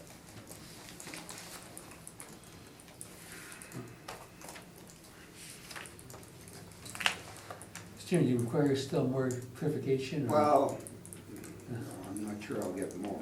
Yeah, I'm not sure I will either. So I think we'll leave it at that. it's restaurant reported that they use full gross area floor. 10,487. Yeah, but that's only, it's 800 square feet difference. Mhm. So there's more somewhere else. Okay, well, Okay, leave it up to you, Mr. Chairman. a big cooperation. So, Mr. Baker, I just noticed on this one, and it's not a big thing, but the previous properties where there's been parking structures, you've advocated for a 7.5% cap rate. On this one, you're prepared to accept the city's 7% cap rate. I'm just wondering why. Because it's part outside, part under, it's, Okay, so you think it's part surface and part structure then? yes. and Okay, so it's sort of hybrid then. It's a hybrid. Okay. Yeah. So I couldn't say it should get 7.5, but Okay, I that- couldn't say it should get 5, Okay, well, so. thank you, I just wanted clarification, thanks. Okay.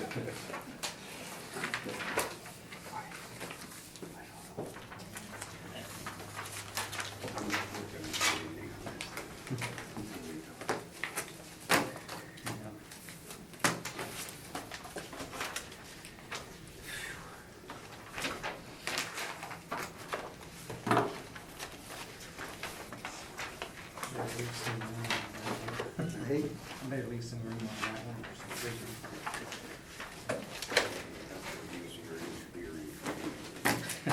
Okay, so the next property we're dealing with is 114 Gary Street.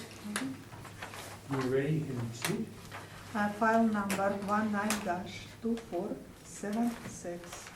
Roll number is 12093184000. We are valuing the property as a stand of January 1st, 2020, based on the economic condition April 1st, 2018.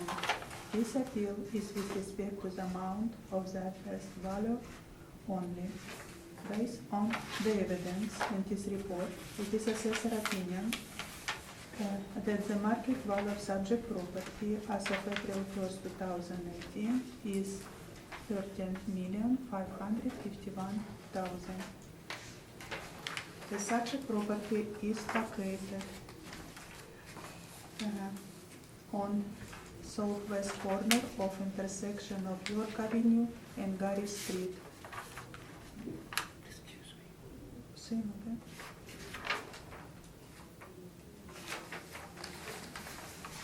Okay, next one.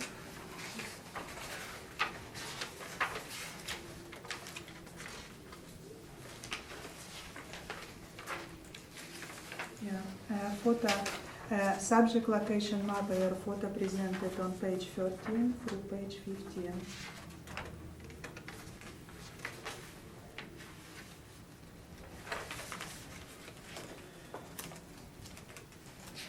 The property size is 34,911 square feet.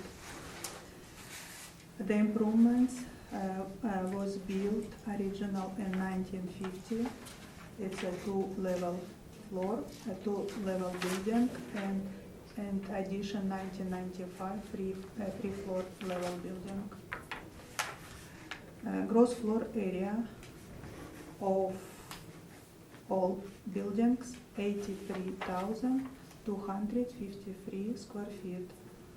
We apply leasable area for improvement 74,248 square feet.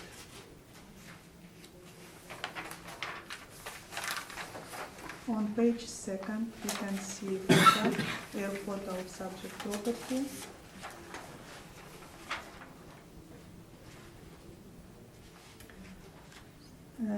Subject property has lease started in 2008. We step up in 2017 for $15 per square foot. On page 3, I did present on rent comparables, 8 rent comparables with map below the tables.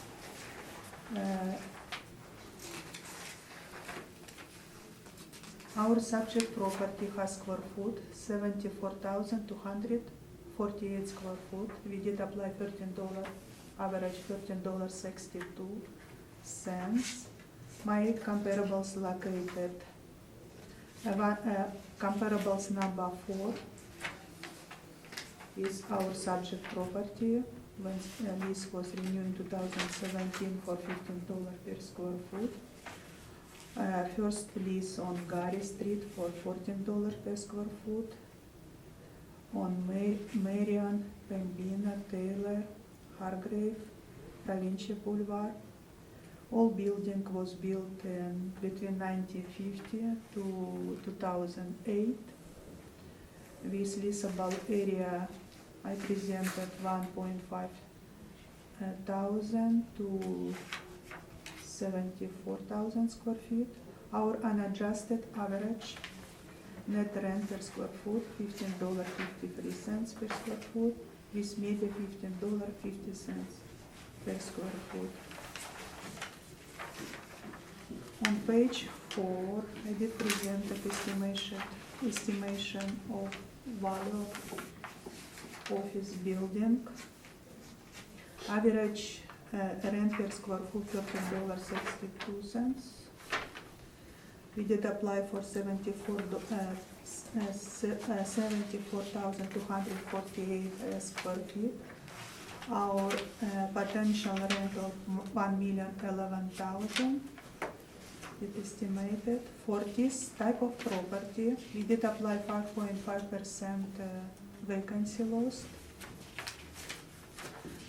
We has allowed for not recoverable expenses in 2 categories: a general 2% not recoverable expenses allowance and shortfall allowance per square foot to account for not recoverable expenses associated with vacant space of $7 per square foot. Our overall capitalization rate 6.7%, very well supported on page 6.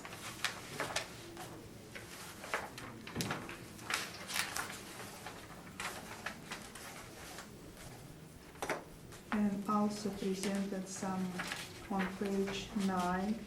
We did presented 5 cap rate example, but they are not meant to be comparable, specific for the subject property. It is on Portridge, Lamban, Ferguson, Notre Dame, and Roblin Avenue, with capitalization rate between 5.1% to 6.35%. So our capitalization rate, 6.7%, is reasonable. On page 5, in convaluation summary, potential rent for subject property $1,011,000, that very well supported by a reported on page 19,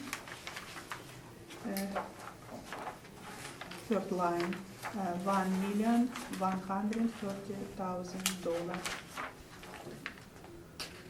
So,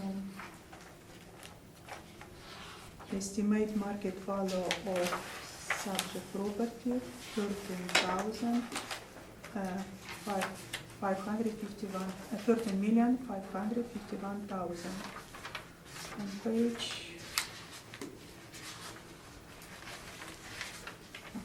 on page 13 through 15, you can see photo of subject property. On page 16, it's a financial statement, rent rolls through page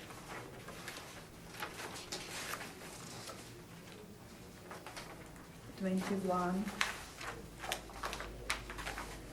I did find recent permit on page 22 for interior alteration for existing government office for $7,200,000. It's declared construction value. On page 23 through page 26, I did presented some floor plan.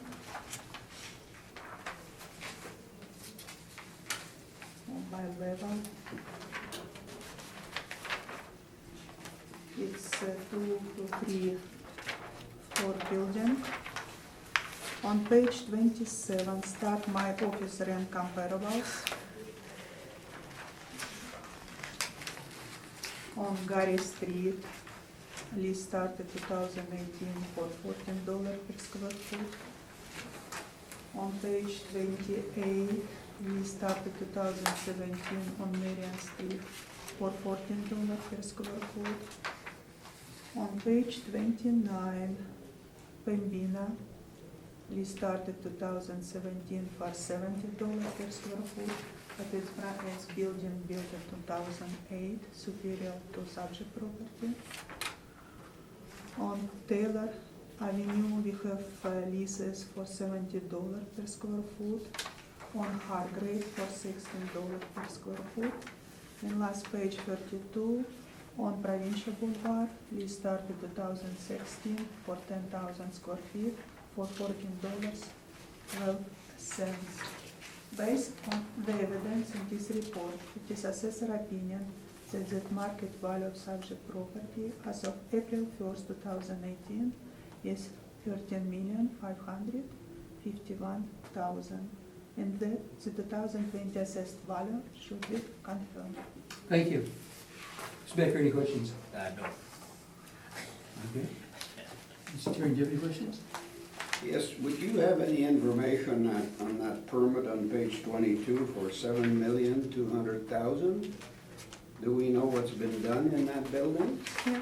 I mean, I read the description. Oh, it's difficult. Wondered what you knew about it. Mhm.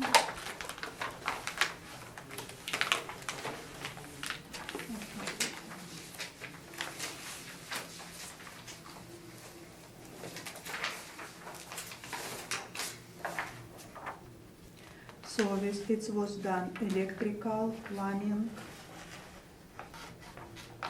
renovation.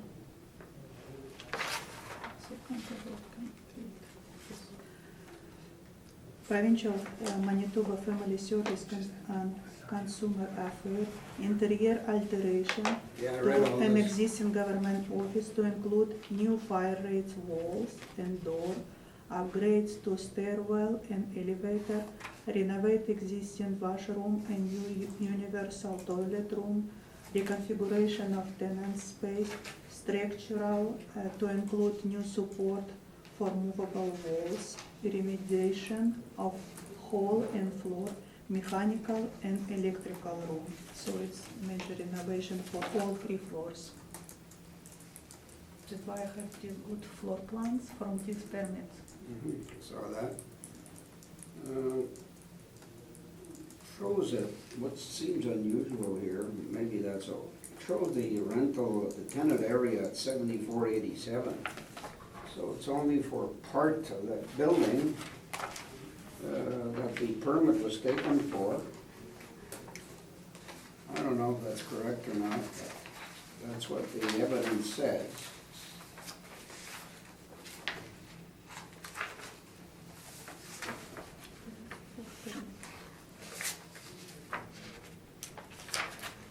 Yeah, it's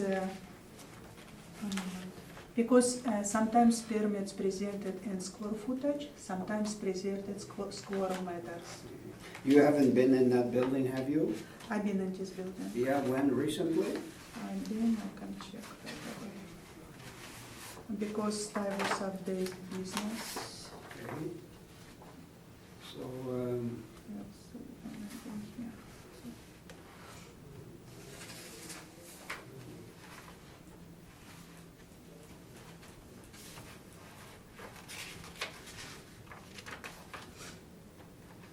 I've been in 2018, okay, so the renovations were basically done by then, yes.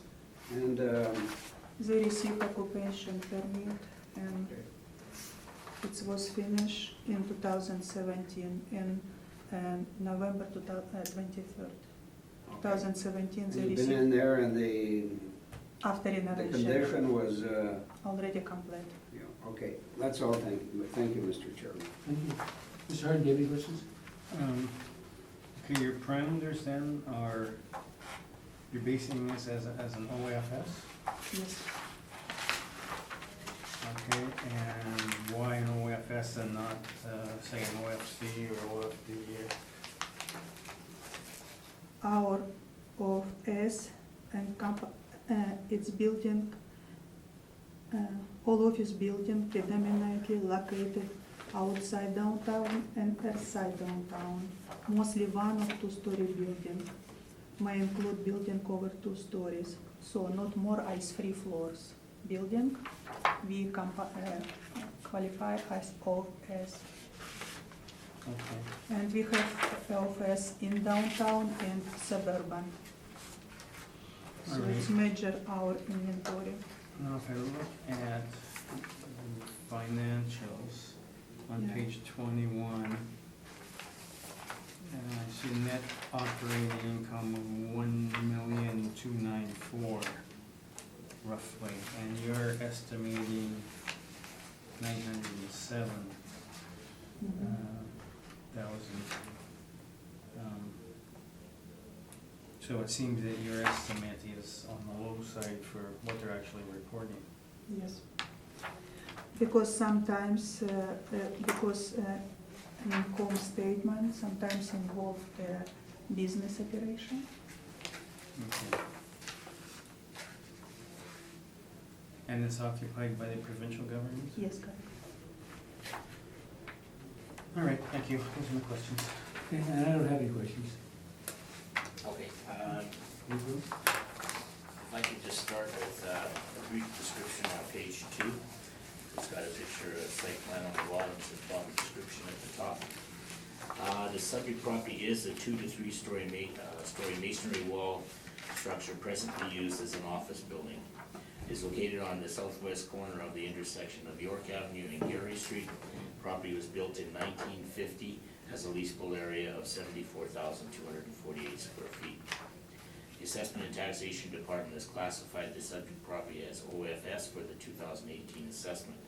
The original building was 2-story and was constructed in 1950 and consisted of 50,462 square feet. In 1995, they added the 3-story portion consisting of 32,791 square feet. The gross floor area, 83,253 square feet. Subject property has no on-site parking, and the owners actually rent spaces from neighboring properties to provide for the tenant. Subject site is rectangular in shape with a total site size, according to the City of Winnipeg Property and Taxation Department records, of approximately 34,911 square feet. It is zone M multiple use. I can go to bottom of page 5. We're accepting the assessor's rent of $13.62 and the leasable area 74,248. At the top of page 6 under vacancy allowance. The subject property has been classified as an OFS and applied a vacancy allowance of 5.5%. As mentioned previously, roughly 61% of the building was constructed in 1950, which should place the property in a Class C category. The Capital Commercial Real Estate Winnipeg Office Market Snapshot indicates vacancies at 7.1% for Class A, 8.2% for Class B, and 9% for Class C, while suburban office is at 6.7%.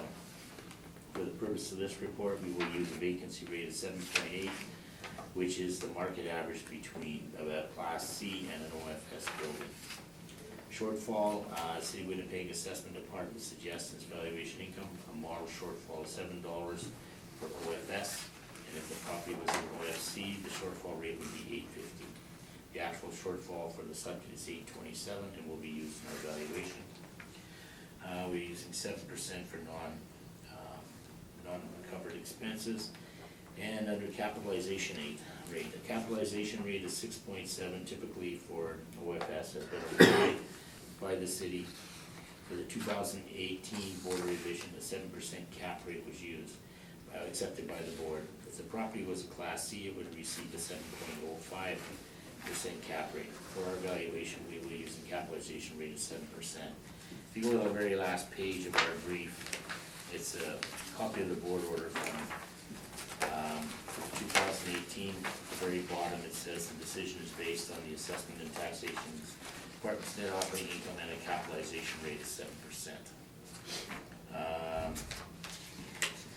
Then ask the board to turn back to page 7, and there's our summary, and it's based on the assessor's potential net market income, a vacancy rate of 7.8%, 7% for non-recoverables, shortfall at 827, the capitalization rate of 7% gives us a value of $11,703,000 rounded, which is still a considerable jump over the original assessment of $9,596,000. I'm open for questions. If you have any questions, you ask now. No. Mr. Terry, do you have any questions? Well, with that permit of $7 million, Yeah. we're talking about the same building, are we? Yes, we are. And if you look at the date on the permit and the date of the lease, they almost coincide. A lot of the government offices have upped their standards for fire, safety, et cetera. So some of this stuff, if you wanna keep a government tenant, you have to put it in. If you don't put it in, then they'll move out. You'll have to, if you don't wanna put a lot of the money in there. Yeah, the lease was for a long term, if I recall. Yes. 2039 or something? They've been there forever, for as long as I know. 31st of December 2039. Yeah. Uh, And it steps up, I think, every couple of years. So you're saying we can't put too much weight on that permit because of the code changes and everything else? Is that what we're I'm not saying saying? you can't put any weight on it. I'm still thinking that it's, if the government wasn't in there, would you call it an OFS or would you call it an OFC? Like, I'm thinking mainly that it's a hybrid in between the two. That's the only thing I'm challenging here is the cap rate and the non-recoverables and the vacancy rate. And that's basically just on how you classify the building. May I bring information about property class definition and examples? OFC and AFS, how we distinguish? Well, you've already given your evidence and. That's the only question I had. Thank you. Sorry, any questions?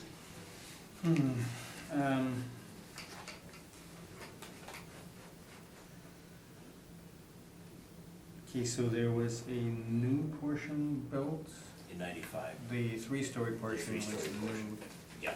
and the old, that was, If you look at the picture on page number 3 there, I guess it's actually, the assessor's brief has a better picture, but the portion that you see at the bottom of mine, that three-story section, that's what was added. And if you look at page 2 of the assessor's brief, you can see the outline of the old building and the new building.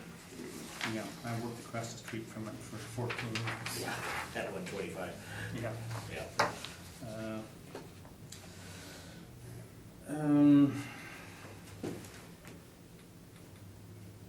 I guess we're looking at the vacancy. The vacancy rate is actually 0. Yes. But provincial government, so there's no management fee in the rents. Sometimes their rents are, they have different things in there that a normal tenant can't get. Like they may not pay for cleaning, et cetera, things like that. Yeah. Okay, no other questions. I don't have any questions.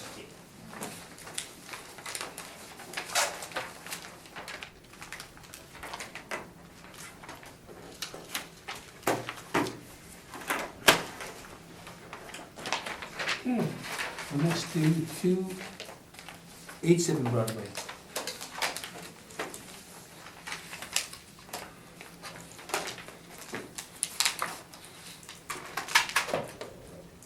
When you're ready, you can proceed.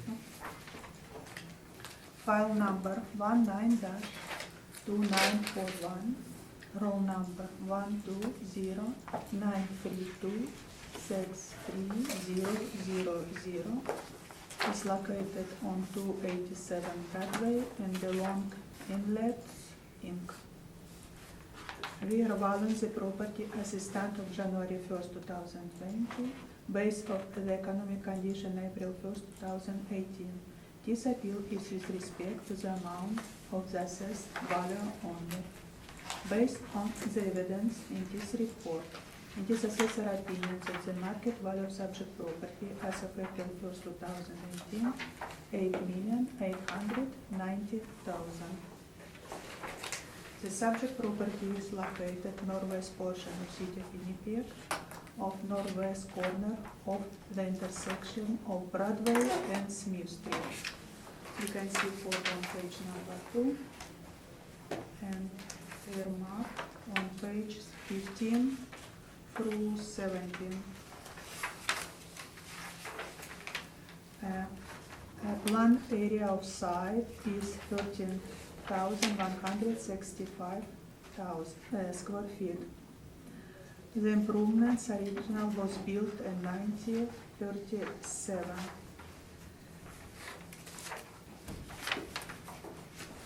It's a 6-floor building with gross floor area 56,634 square feet, with leasable area 53,103 square feet.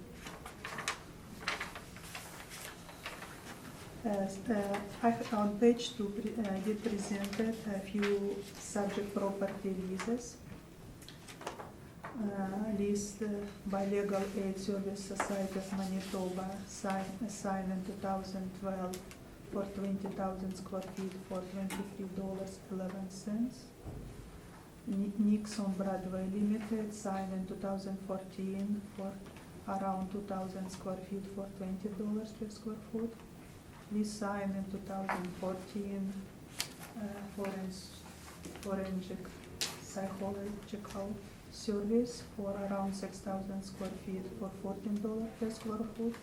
And we signed on 5th floor in 2018 around 3,000 square feet for $16.40.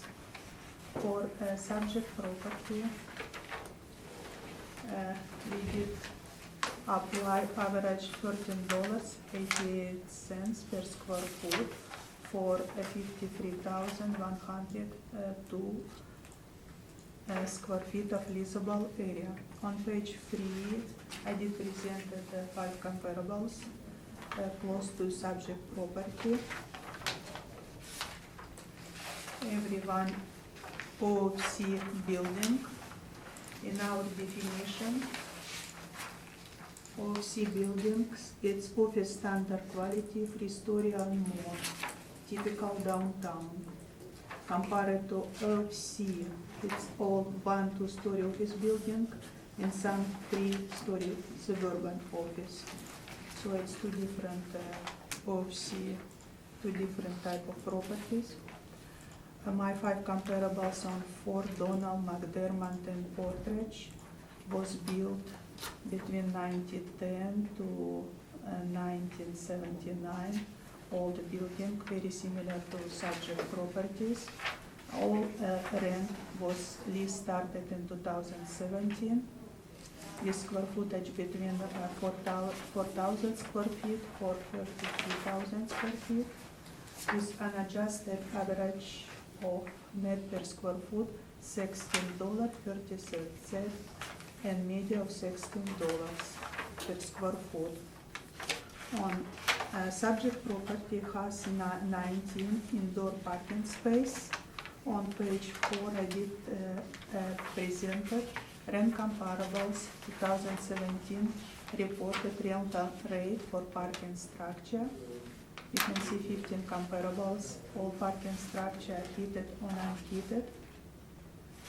We stabilized net income stall per month between $85 to $176 per square foot.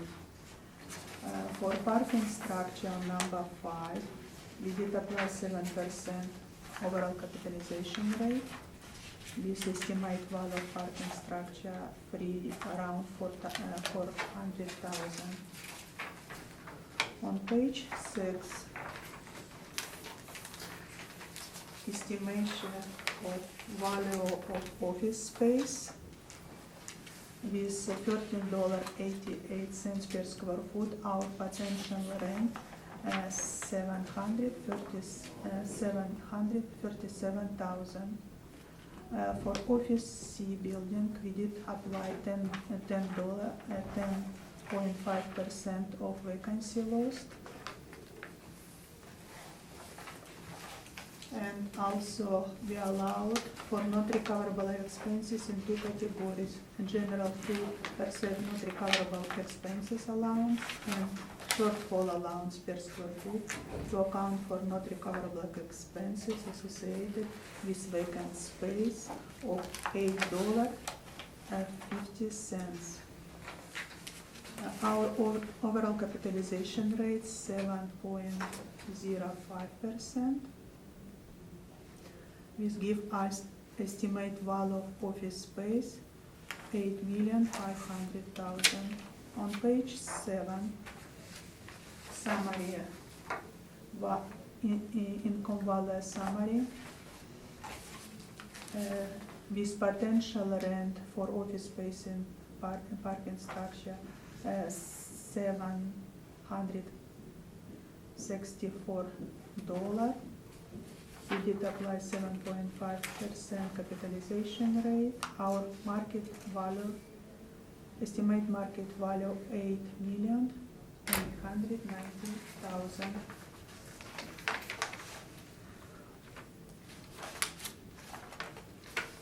On page, our photo of subject property on page 15 through 17. 6-floor building. On page 18 through 21, reported income expenses matter.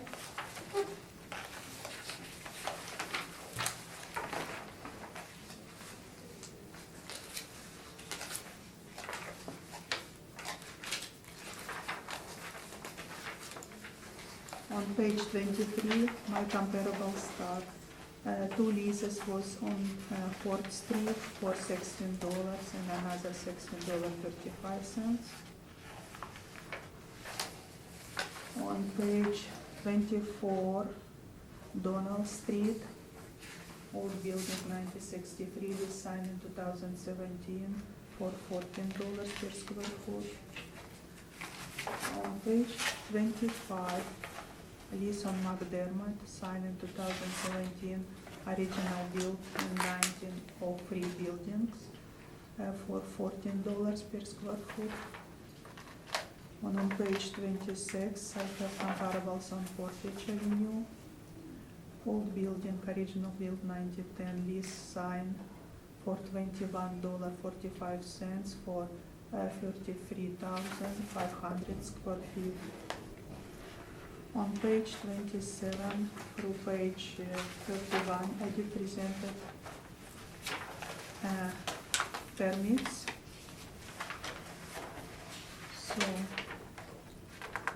besides 2011 through 2018, was renovation done for this property. Based on the evidence in this report, it is assessor opinion that market value of subject property as of April 1st, 2018, $8,890,000. In the 2020 assessed value should be confirmed.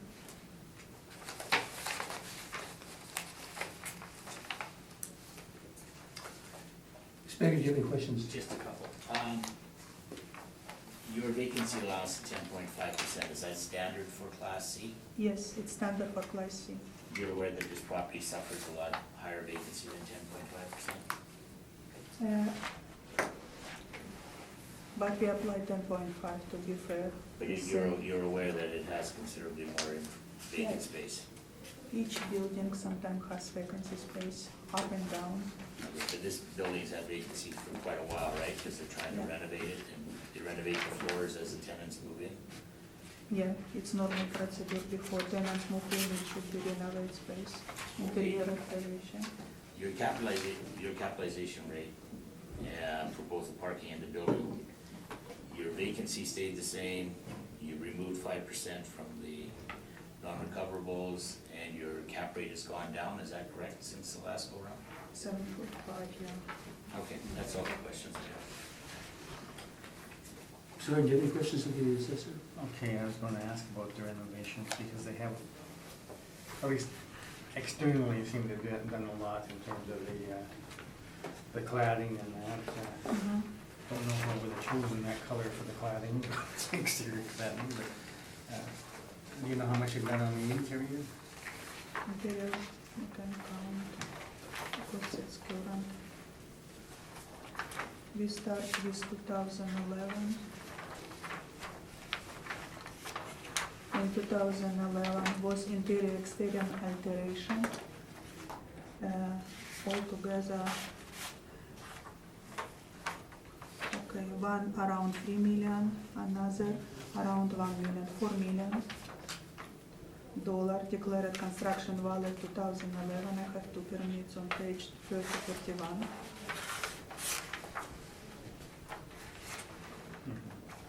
In 2013, on page 28, renovation was done $250,000. Declared value it was interior alteration of restaurant. On page 29, renovation was done 2018, interior alteration, Pearson Professional Center for their occupancy for $250,000. And on page 27, renovation was done in 2017 for Cambria Credit Union, interior alteration and occupancy for new office tenants, and an existing space for $350,000. Okay. All right, thank you. Those are my questions. Stuart, do you have any questions? Yes, I do. I looked at your mailer on the mailer on page 18. If I, in the first column, I see the rent income is just about quite halfway, 608,669, okay? And if I go back to your estimate today, you're at 737,147, which is about 130,000 more Yes. than the mailer. Do you have any comment to make on that? Had you looked at this? Yes, and when you on same page, not residential, office, retail, industrial, yes, it's 608,000, plus we can see service and misconduction. Yeah, but you've got more than one income stream, so I was looking strictly at the mailer as it affected the office, because I thought this was the rent income for the non-residential office retail, which is that correct? Correct. Okay, so you did not take that into account in your. But it's reasonable. Yeah, but yours is a model. Model driven, yeah. Model, okay, which raises another question as well. On your page 6, you show 53,102 as the square footage, okay? And if we go back to your page 2, and we look at the leases in place, we've got 31,454 square feet there. So what would be the other 22,000 square feet? Is that vacant? Is that, I was trying to because there was question on vacancy, and I was gonna ask one on that as well, but I'm looking at on page 2, you say subject property leases, that adds up to 41,454. While your potential rent is 53,102. Any explanation on that?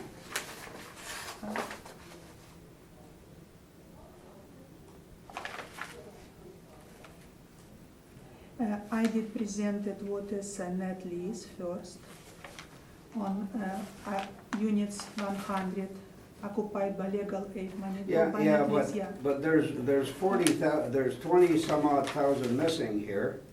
Yes, they have. So what is the other area? Around 500 square feet occupied by owner. How much? Owner occupied. Yeah, On second floor, 1,000 square feet occupied by DL data. It's a gross lease, I don't look it. We have gross lease for group 1, 17.1, it's 2.5 thousand square feet. So in my case, I present only net lease, owner occupied, gross lease inside, and vacancy loss. But there's Vacancy. but that, So the that's fig- why for this specific OFC property, we apply 10.5% Yeah. vacancy. but, It's our statistics showed. yeah, but that was, my question was, you've given me about 3,500 square feet that is owner occupied, but the total figure missing is 21,648, which means there's still 18,000 square feet that are unaccounted for. Yeah, Have you got because an I answer, my didn't- colleague? I didn't list it, Yeah. Cambria Credit Union on sex for 10,000. Mhm. Okay, and that's not in there yet, Yeah, it's not in my estimation, not in my okay? subject property list, because I in reported information, we have only square footage, nothing. I don't have information how much they pay, but I know it was leased renewal 2017. But it's not on there. So No. Cambrian about 10,000? Yeah, it's paid on page 21, last line. Yeah, well, my 600, colleague is looking yeah. at this, so you probably have a better picture than I have.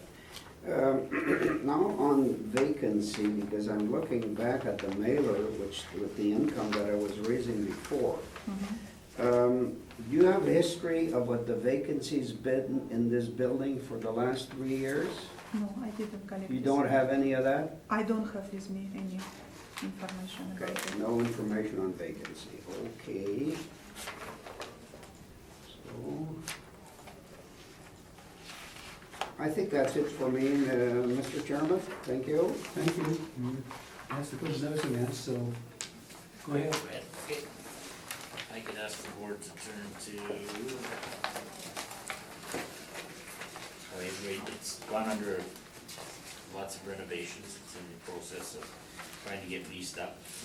The city's using a net rent of $13.88. If I could ask the board to turn to page 6. These are, as of the reference date, the only tenants in the place are as follows. Was legal aid had 20,754 square feet. They had a rent of $23.11. It's a 15-year lease, and the rent includes tenant improvements of $1,100,000. Self-serve, 465 owner occupied, it's vending machine space on the main floor. Nick's on Broadway, it's a little restaurant there, it's got 1,700 square feet at $20. Dial data is 1,084 square feet. It was reduced in 14 from $3.52 to $2.80. Group 171 pays as 2,466 square feet. They pay $389. That's a gross lease, so it nets out negative. Forensic psychologist, so you know, that's 5,857 square feet at $14. And that's a step up from $12 in July of 15. And Cambrian Credit Union, since December of 17, rents out 9,268 square feet. The rent is $5. The tenant put in their own improvements, and the low rent, they're gonna pay $5 until they pay off the tenant improvements. So in some cases, like the legal aid, the owner put in the improvements and the rent goes up. Cambrian went the other way, they put in their own improvements, and they only pay the landlord $5 per square foot rent. On page 7, this is a list of comparable OFC rents with an average of $12.13, a weighted average of $12.80, and a median rent of $12 a square foot. On page 8, based on the above chart, the OFC rents are $12.13 per square foot and will be used for our valuation. Vacancy, the city of Winnipeg assessment has used their model vacancy rate of 10.5. Now, this property's had vacancy problems since 2013. You can see in the little table there that it has gotten better. In 2017, the vacancy was only at 10,888 square feet, or 20.74. So it's ranged between 10.88% and 38.39%. For the purpose of our report, we're using 20%. Reducing the assessor's shortfall rate of $850, we're asking for 7% non-recovered expenses. Now the cap rate, our explanation is over up until around page 12. I'd like to point out there's, page 12, we have some office capitalization rates. 259 Portage the Paris building, that was a Class C with heritage status. That sold in 15 and we calculated an 8.87% cap rate. Then we had 423 Main, the old grain wheat board, sorry. That one sold in 15 as well with a 9.35% cap rate. Page 13, it shows our Altus Group's calculation of capitalization rates. And for office downtown Class C, our report shows should be between 7.5 and 8%. And on page 14, city applied capitalization rate of 7.05. For the 218 cycle, the city used the cap rate of 7.5. Since our analysis shows no compression from April 1/16, April 1/18, we will use a cap rate of 7.5. For the parking, the assessors applied a monthly rent of $120 and capitalizing at 7, we're asking for a cap rate of 7.5. So if we turn to page 15, based on our market rent at 1213, 20% vacancy and a 7.5 cap to both the parking structure and the OFC, we're asking for a value of $5,495,000. The next couple of pages, page 18 is the current assessed value, and at the very end, the very last page, it's there was a decision reducing it to 5,756 rate. And I'm open for questions. Yes, no questions, Mr. Terry, any questions?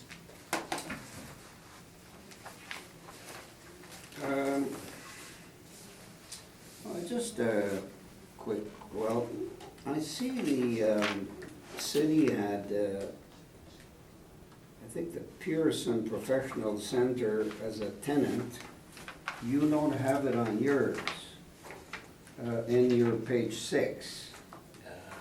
Are these people gone? Just a second. Unless they're under a different name.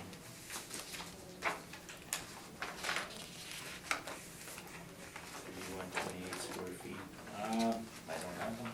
You don't, because, you know, that would account for your discrepancy on the square feet with the city. The city's at 53, 102. You're at 52, 497. But if we look at the square footage of Pearson Professional Center, which were at 1640, they had 505 square feet. So it would be just 100 feet off. So you probably have that missing from your list. That, See, I don't have them. I don't have them on the 2016 rent roll, and I don't have them on the 2017 rent roll. well, you see the start date, well, no, it's because it's very recent. It's the 1st of March 2018, or, Yes. so it's prior to reference. So that's, I believe that would be missing from your figures. It could be, yes. And Yes. they were at 1640, and all the rest that the city provided are identical to yours, so, Yeah, so I think that's missing. that could be it, because mine was as of December 31st, 17. Okay, so that was at 1640. And well, that would reduce the vacancy amount, is what I'm saying, Yes, okay? yes. Okay, I'm just trying to look at this.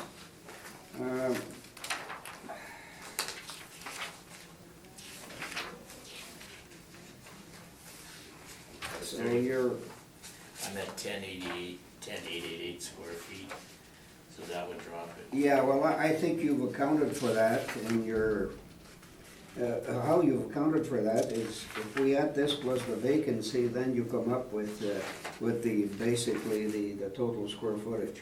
So I think I've got my answer now.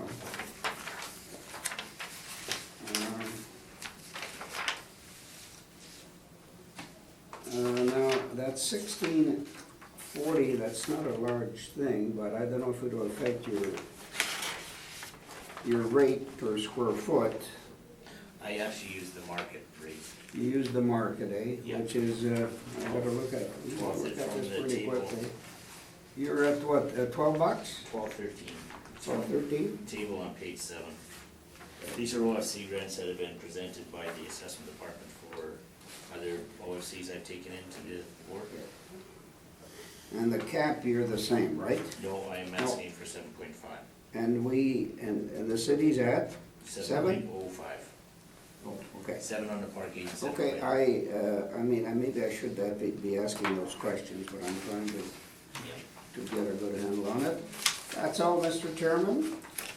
Thank you, Mr. Hardy.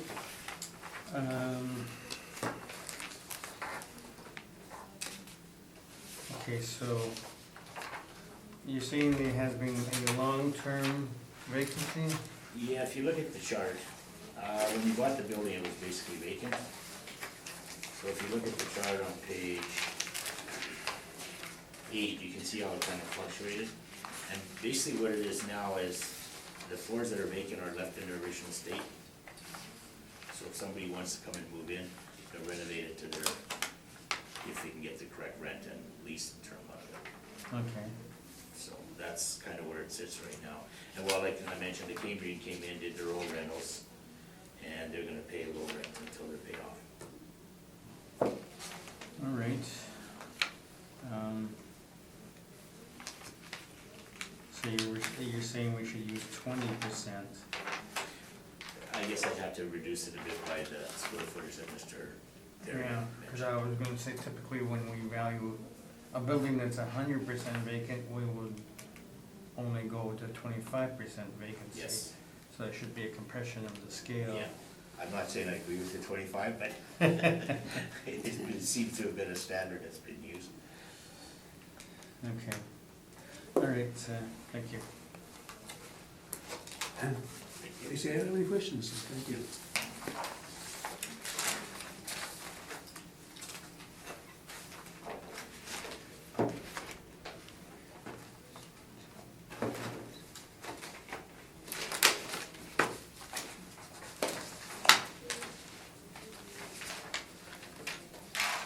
You know what, if we take another short break right now?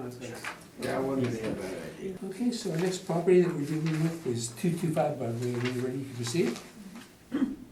File number 19-3866. Roll number is 12093070000. At 225 Broadway, owner occupied, Cambrian Credit Union Limited. We are valuing the property as a stand of January 1st, 2020, based off the economic condition as April 1st, 2018. This appeal is with respect to the amount of assessed value only, based on evidence in this report. It is assessor opinion that the market value of subject property as of April 1st, 2018 is $6,160,000, and that the 2020 assessed value should be confirmed. The subject property is located on north side of Broadway between Gary Street and 4th Street. Air photo presented on page 2 and air photo started on page 15.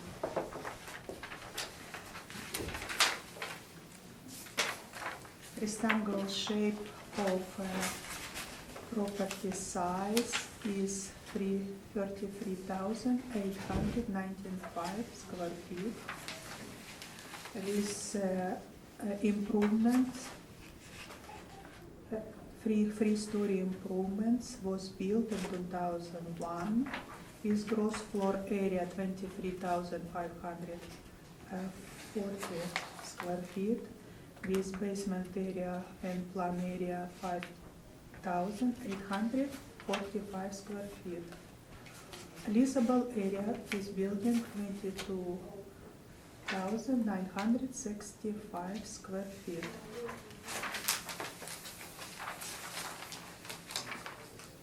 On page number 3, I did present as office rent comparables.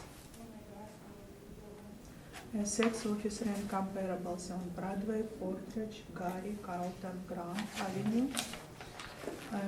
Map of my comparables presented on map below tables with red dot its subject property. Subject property has around 23,000 square feet leasable area. We did apply $14.08. My comparables was built between 1971 to 1982. With square footage between 3,000 square feet to 48,000 square feet. The unadjusted average net rent per square foot $15.04 and media $15.30. That very well supported our $14.08 per square foot we did apply. Subject property has 79 surface parking. So my rent comparable presented on page 4, 14 rent comparables on map below. It's O'Donnell, Edmonton, Smith, Fort Kennedy, York Street. It's very close to subject property here in downtown. Stabilizing net income per stall per month range from 100 to $200.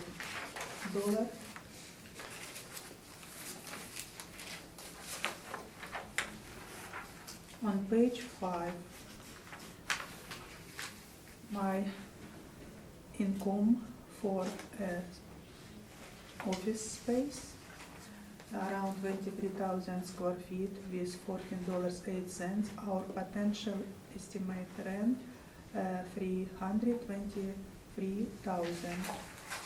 For this UB building, we apply 9% vacancy loss, and also we allowed for non-recoverable expenses in 2 categories.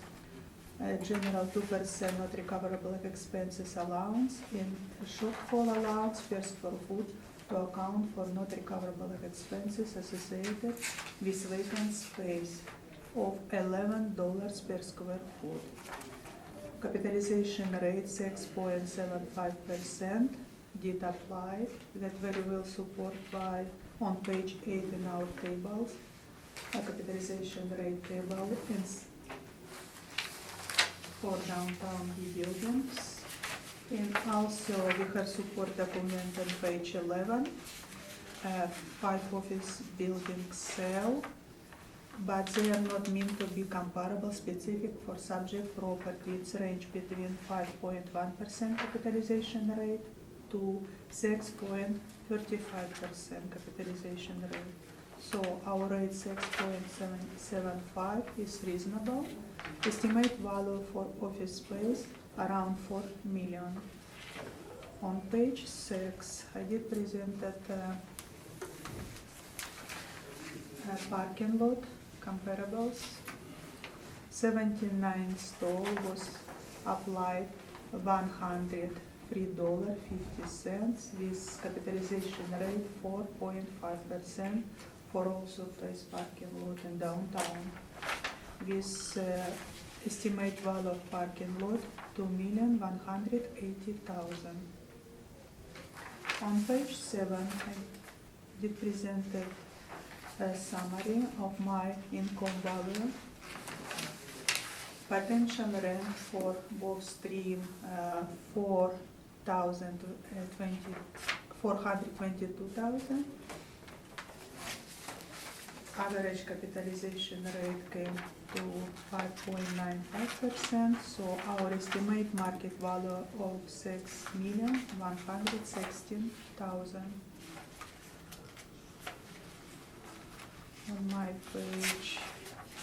On page 12 and 13, I did present a document supporting our 2% not recoverable expenses.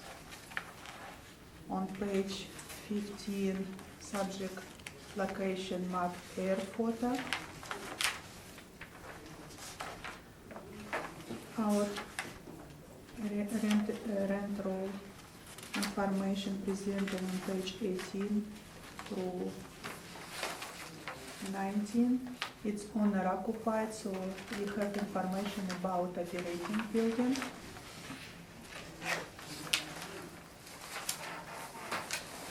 On page 20, start my office rent comparables.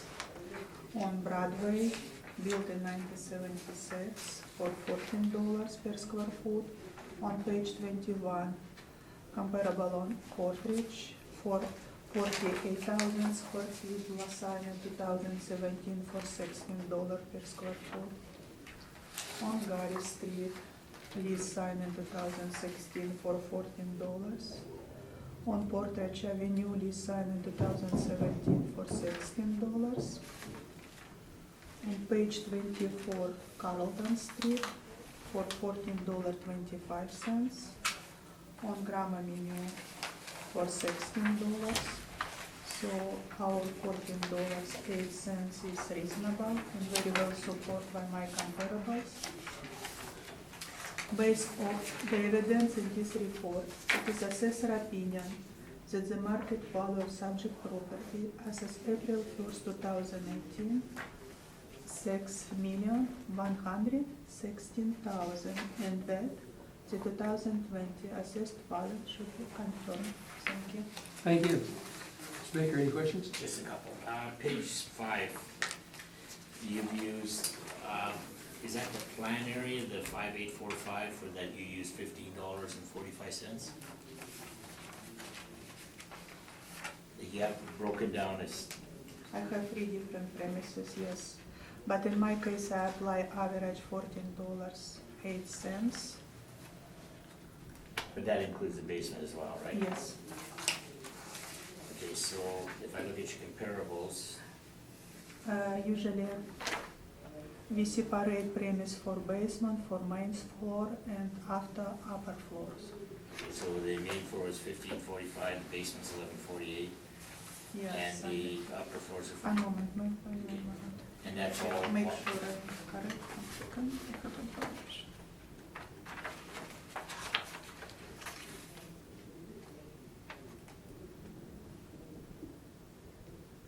Okay, because first floor it's $15.45. It's for office for bank. Well, it's not a bank though, right? For main floor. Okay, and this, the second one, then that's for the basement? No, 584.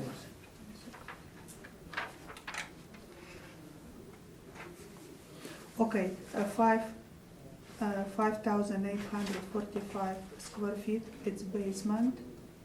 We did apply, mixed up here. Yeah. Because all building has upper floor 17,685 square feet. Basement has 5,845 square feet. And we have surface parking. Whole building has a gross floor area of 23,540 square feet. Yes, it's, I feel it's something mixed together.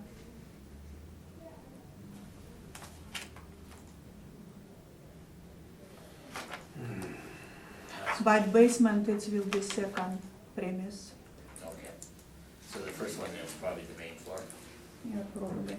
Because But yes, this- it's main floor because plan area of building 5 5,845. Yeah, usually main floor separated, basement separated, and upper floor. But it's not an Yeah, I actual- did correct it for some, Okay, yeah. it's not a banking hall though, right? It's just office That's space? why we count as office space. It's not banking stream. All right, and your comparables on number 3, the second one at 200 Portage, that one is the Scotia Bank.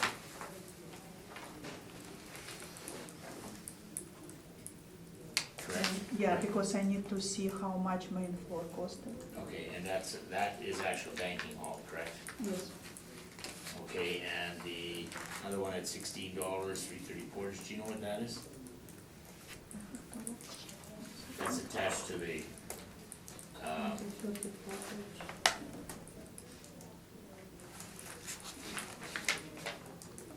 no, that's okay, if you don't, Because on 330 Portridge, we have, it's specific for, should I pronounce tenants? that's okay. So it's just office space. Okay, and number 6, that's the Cargill space, right? Yes, correct. Okay. Because I was looking for big square footage. Okay, that's all the questions I have. Thank you. Is there any questions of the assessor? Yeah, I was just gonna ask the division of the space, because if you take all the all the above ground floors, I mean, there should be an economy of scale there. I'm just wondering if you're losing that by subdividing.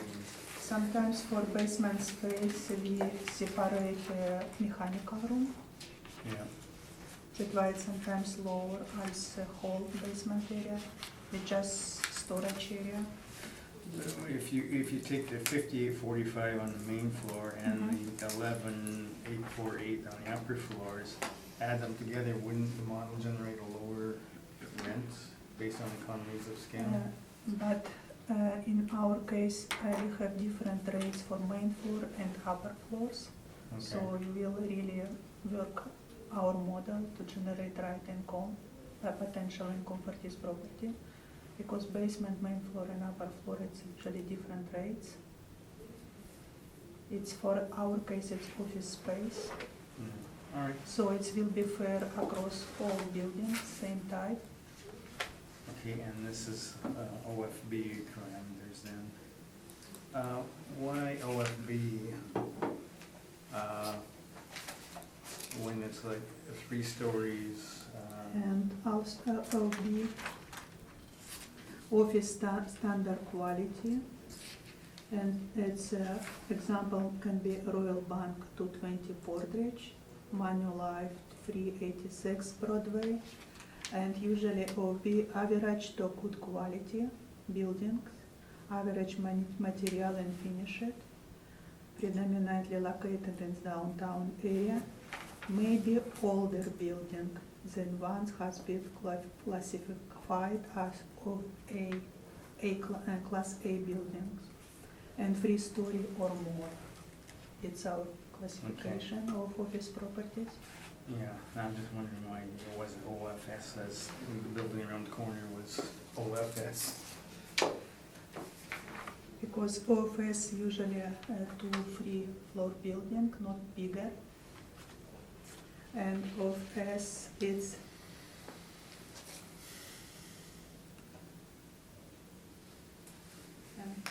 quality.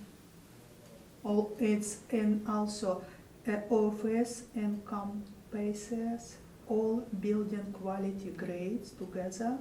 All office building predominantly located outside downtown area, and mostly 1-2-story building may include building over 2-story. So it's include 3-story downtown and suburban. It's our major inventory for office building. Okay, all right, thank you. Terry, any questions? Do you know what's in the basement? Do you know what they're using it for? And basement from this type of building usually office storage area, mechanical room. So Okay. Okay, that's fine. So I've got a question on the basement area. So you're attributing $11.48 a square foot. Do you have any comparables for basement area leases? I didn't So present it. so how did you It's, write that amount? Or how did the I- model I- write that amount? I didn't, excuse me, I didn't present it, I used just overall rent for whole building, it's owner occupied, whole And building. I guess it depends on finishing too. I mean, if you rent Yes, it it's as, finishing, our record, it shows well, you it's said storage finishing. perhaps. If it's storage, obviously, it wouldn't garner as much rent as finished office space, would it? Yeah, our record shows that basement finish and hot heat pump, everything, so it's a good storage area. Okay, It's so the con- storage area is an office area? Because you have, I didn't been in basement, but it's can be lunch because you have the room. office rentable basement. That's what your standard is here on your workup sheet. Here's,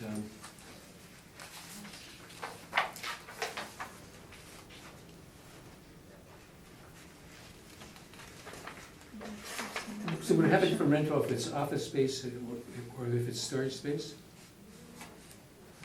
It's a good basement space for $11 in our case. Okay, well, we'll let Mr. Becker deal with that. Okay, thank you. Okay, Okay. yeah, from our records at the office, we show that 5,270 square feet of the basement is considered finished space. The rest of it is mechanical and storage, so it's about Okay. 90% of it is actual finished, good finished space. The only, I guess, in contention is I have the rent, which I have on page 8. Now, this other building was built in 2001. The comparisons that I show on my page, there's only one that was built close to that, which was in 2005, and that's the an October 15 lease for $13.85. There's another building down the street on Broadway that had a January 1, 18 lease for 8,178 square feet at $14 a square foot. The building is of good quality, so based on my analysis of the thing, I've used a market rent of $14 for the first, second, and third, and I've used a rent of $10 on the basement. Even though the basement is finished and it could be rented, it's still basement space, so I applied a lower rate of $10. So I come up with an overall rent, where the assessment department is at $14.08, I come in at $13.08 overall. Vacancy, we're using the same vacancy. Shortfall or non-recoverables is 7%. And the only other question is on the capitalization rate for the parking lot. The assessors dropped it from 5 to 4.5. On page 19 of my report, it shows the 18 value using a 5%. For the parking, 6.75 for the building. The current assessment is based on 6.75 on the building and 4.5 on the parking. Base that out on page 10, using a rent of 14 on the upper, 10 on the lower, 7% non-recoverables and a 5% cap on the parking. I come in at a value of $5,392,000 rounded. That's my presentation. Thank you. Any questions? Sure, any questions of the applicant? No, I don't, thank you. Is there any other questions of the applicant? No. And neither do I. Thank you.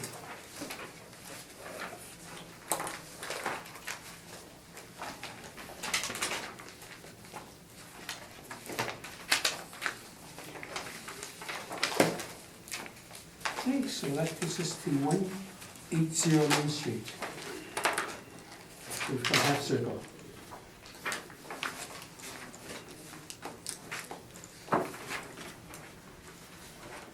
File number 19-3392. Room number is 120-929-66000. It's located on 180 Main Street in owner name 100 Main Street Inc. We are valuing the property as it stand on January 1st, 2020, based on the economic condition as April 1st, 2018. This appeal is with respect to the amount of the assessed value only. Based on evidence in this report, it's assessor opinion that the market value of subject property as of April 1st, 2018 is $6,840,000, and that the 2020 assessed value should be confirmed. The subject property located on southwest corner of the intersection of Main Street and York Avenue. On page 2 presented subject air photo, and on page 13 through 15 I have subject location map air photo. The rectangle shape of land size is 27,207 square feet. The improvements was built in 1949. It's a two-story office building. The improvements has many renovation over the years, so effective years built is account for 1977. Gross floor area, two-floor building with basement 49,244 square feet, with basement area of 7,322 square feet.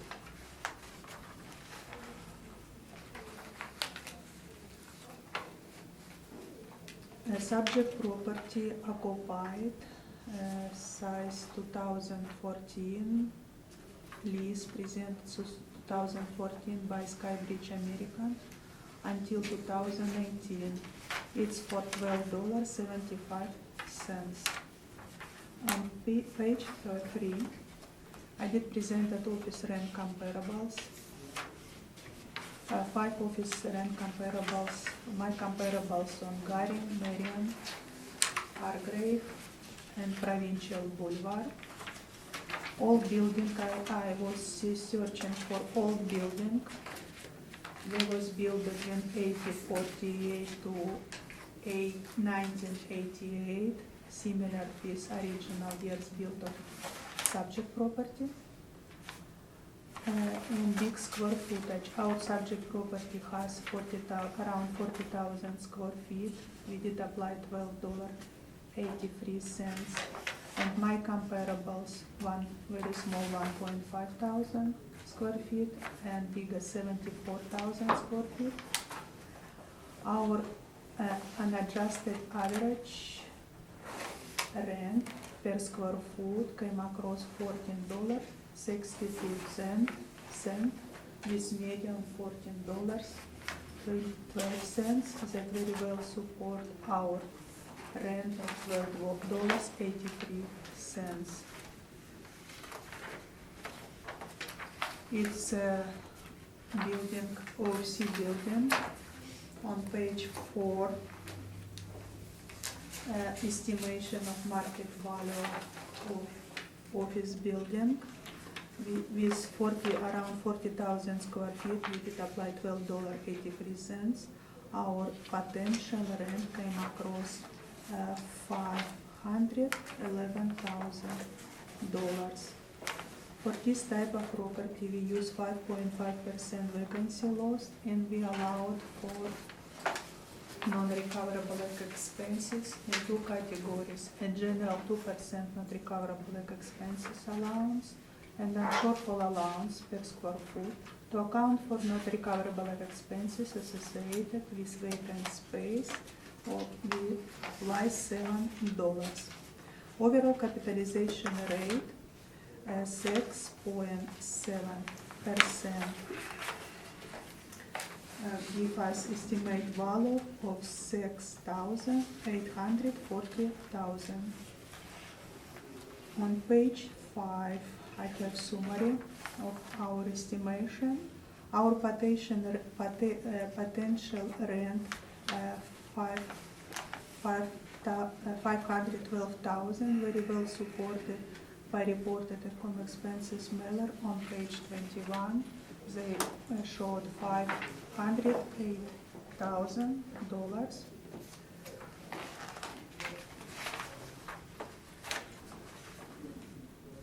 On page 10-11, support document, information value applied 2%, not recoverable expenses, and type of shortfall.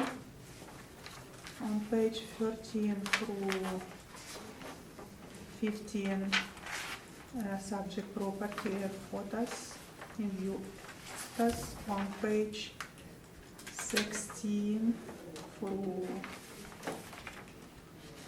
19, I have floor plans of subject property basement, site plan basement on 17, on 18 main floor and 19 second floor. On page 20 through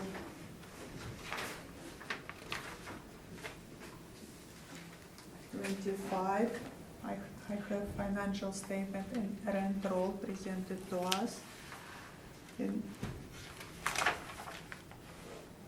And I would like to keep your point on page 21. We can have management fee recoveries. It's 1, 2, 3, 4, 5th line. It's full recovery. So our 2% not recoverable, it's reasonable.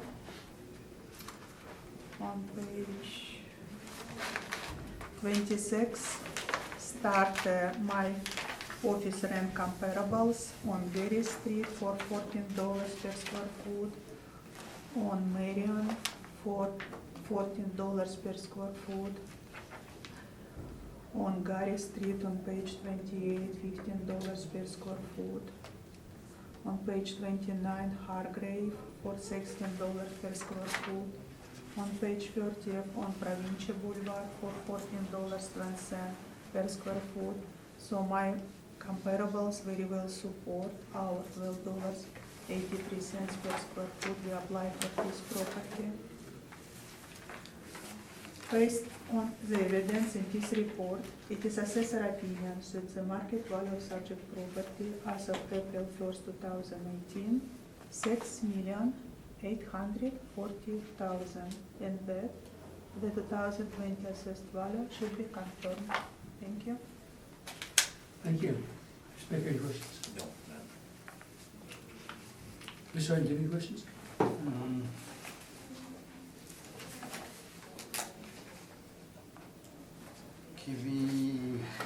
This building has gone through a number of incarnations, including as an auto dealership and a restaurant and that sort of thing. Would that affect the cap rate and perhaps produce it more to the upper end of the range? Yes, cap rate affected by location, age, and effective years, yeah.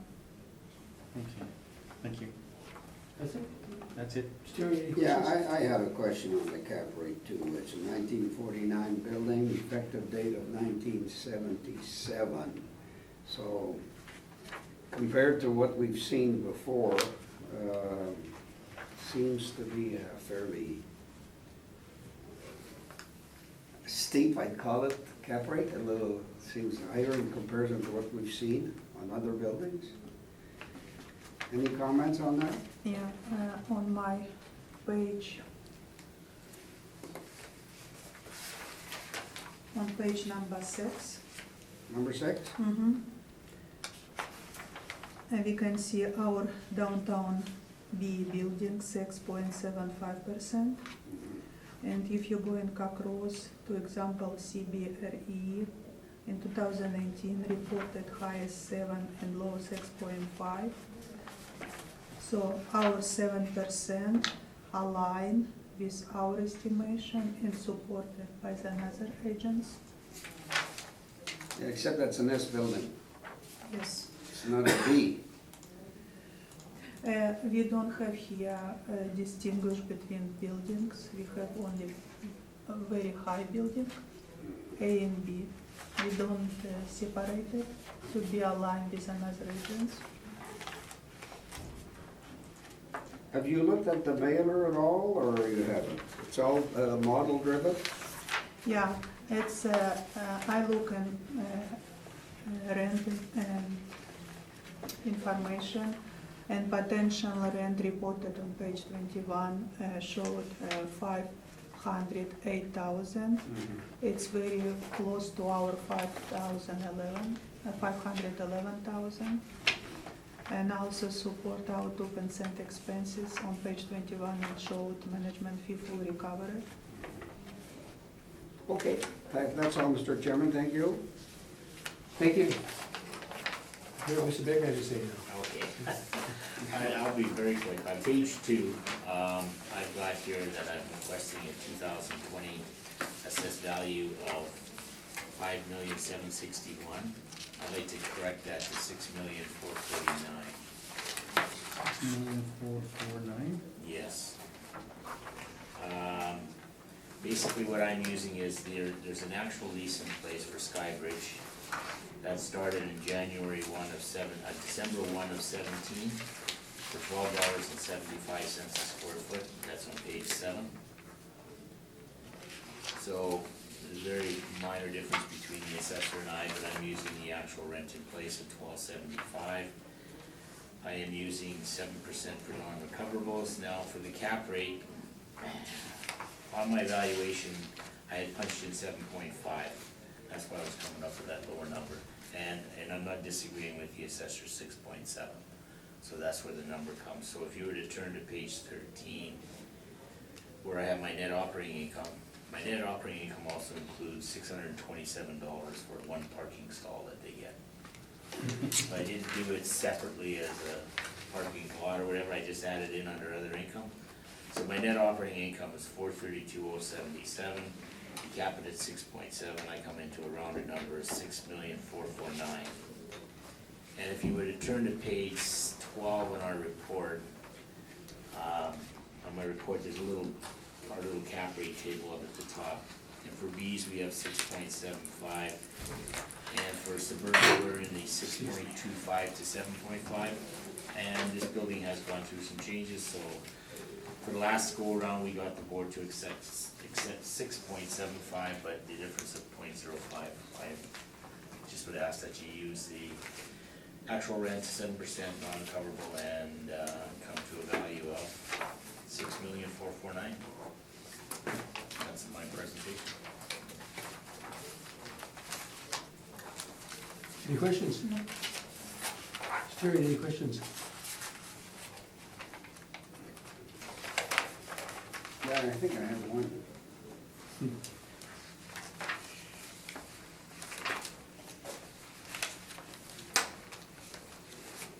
And it's on that 5% business.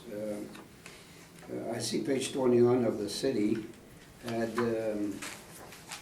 management fee recoveries of 34,000.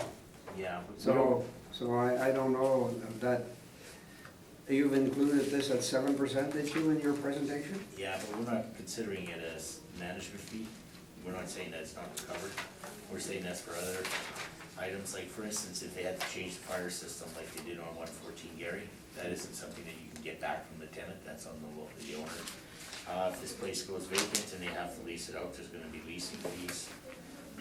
The extra 5%, or the total 7%, is to account for all of those additional expenses. Okay. That's all, Mr. Chairman, thank you. Thank you. Any other questions? Nope. I don't either. Thank you very much. Thank you. Thank you all, have a good day, thank you for the classes. Oh, you're welcome, thank you. Oh, he's gonna take them home as a present. Yeah. Next time I'm gonna rent them out. Yes, exactly.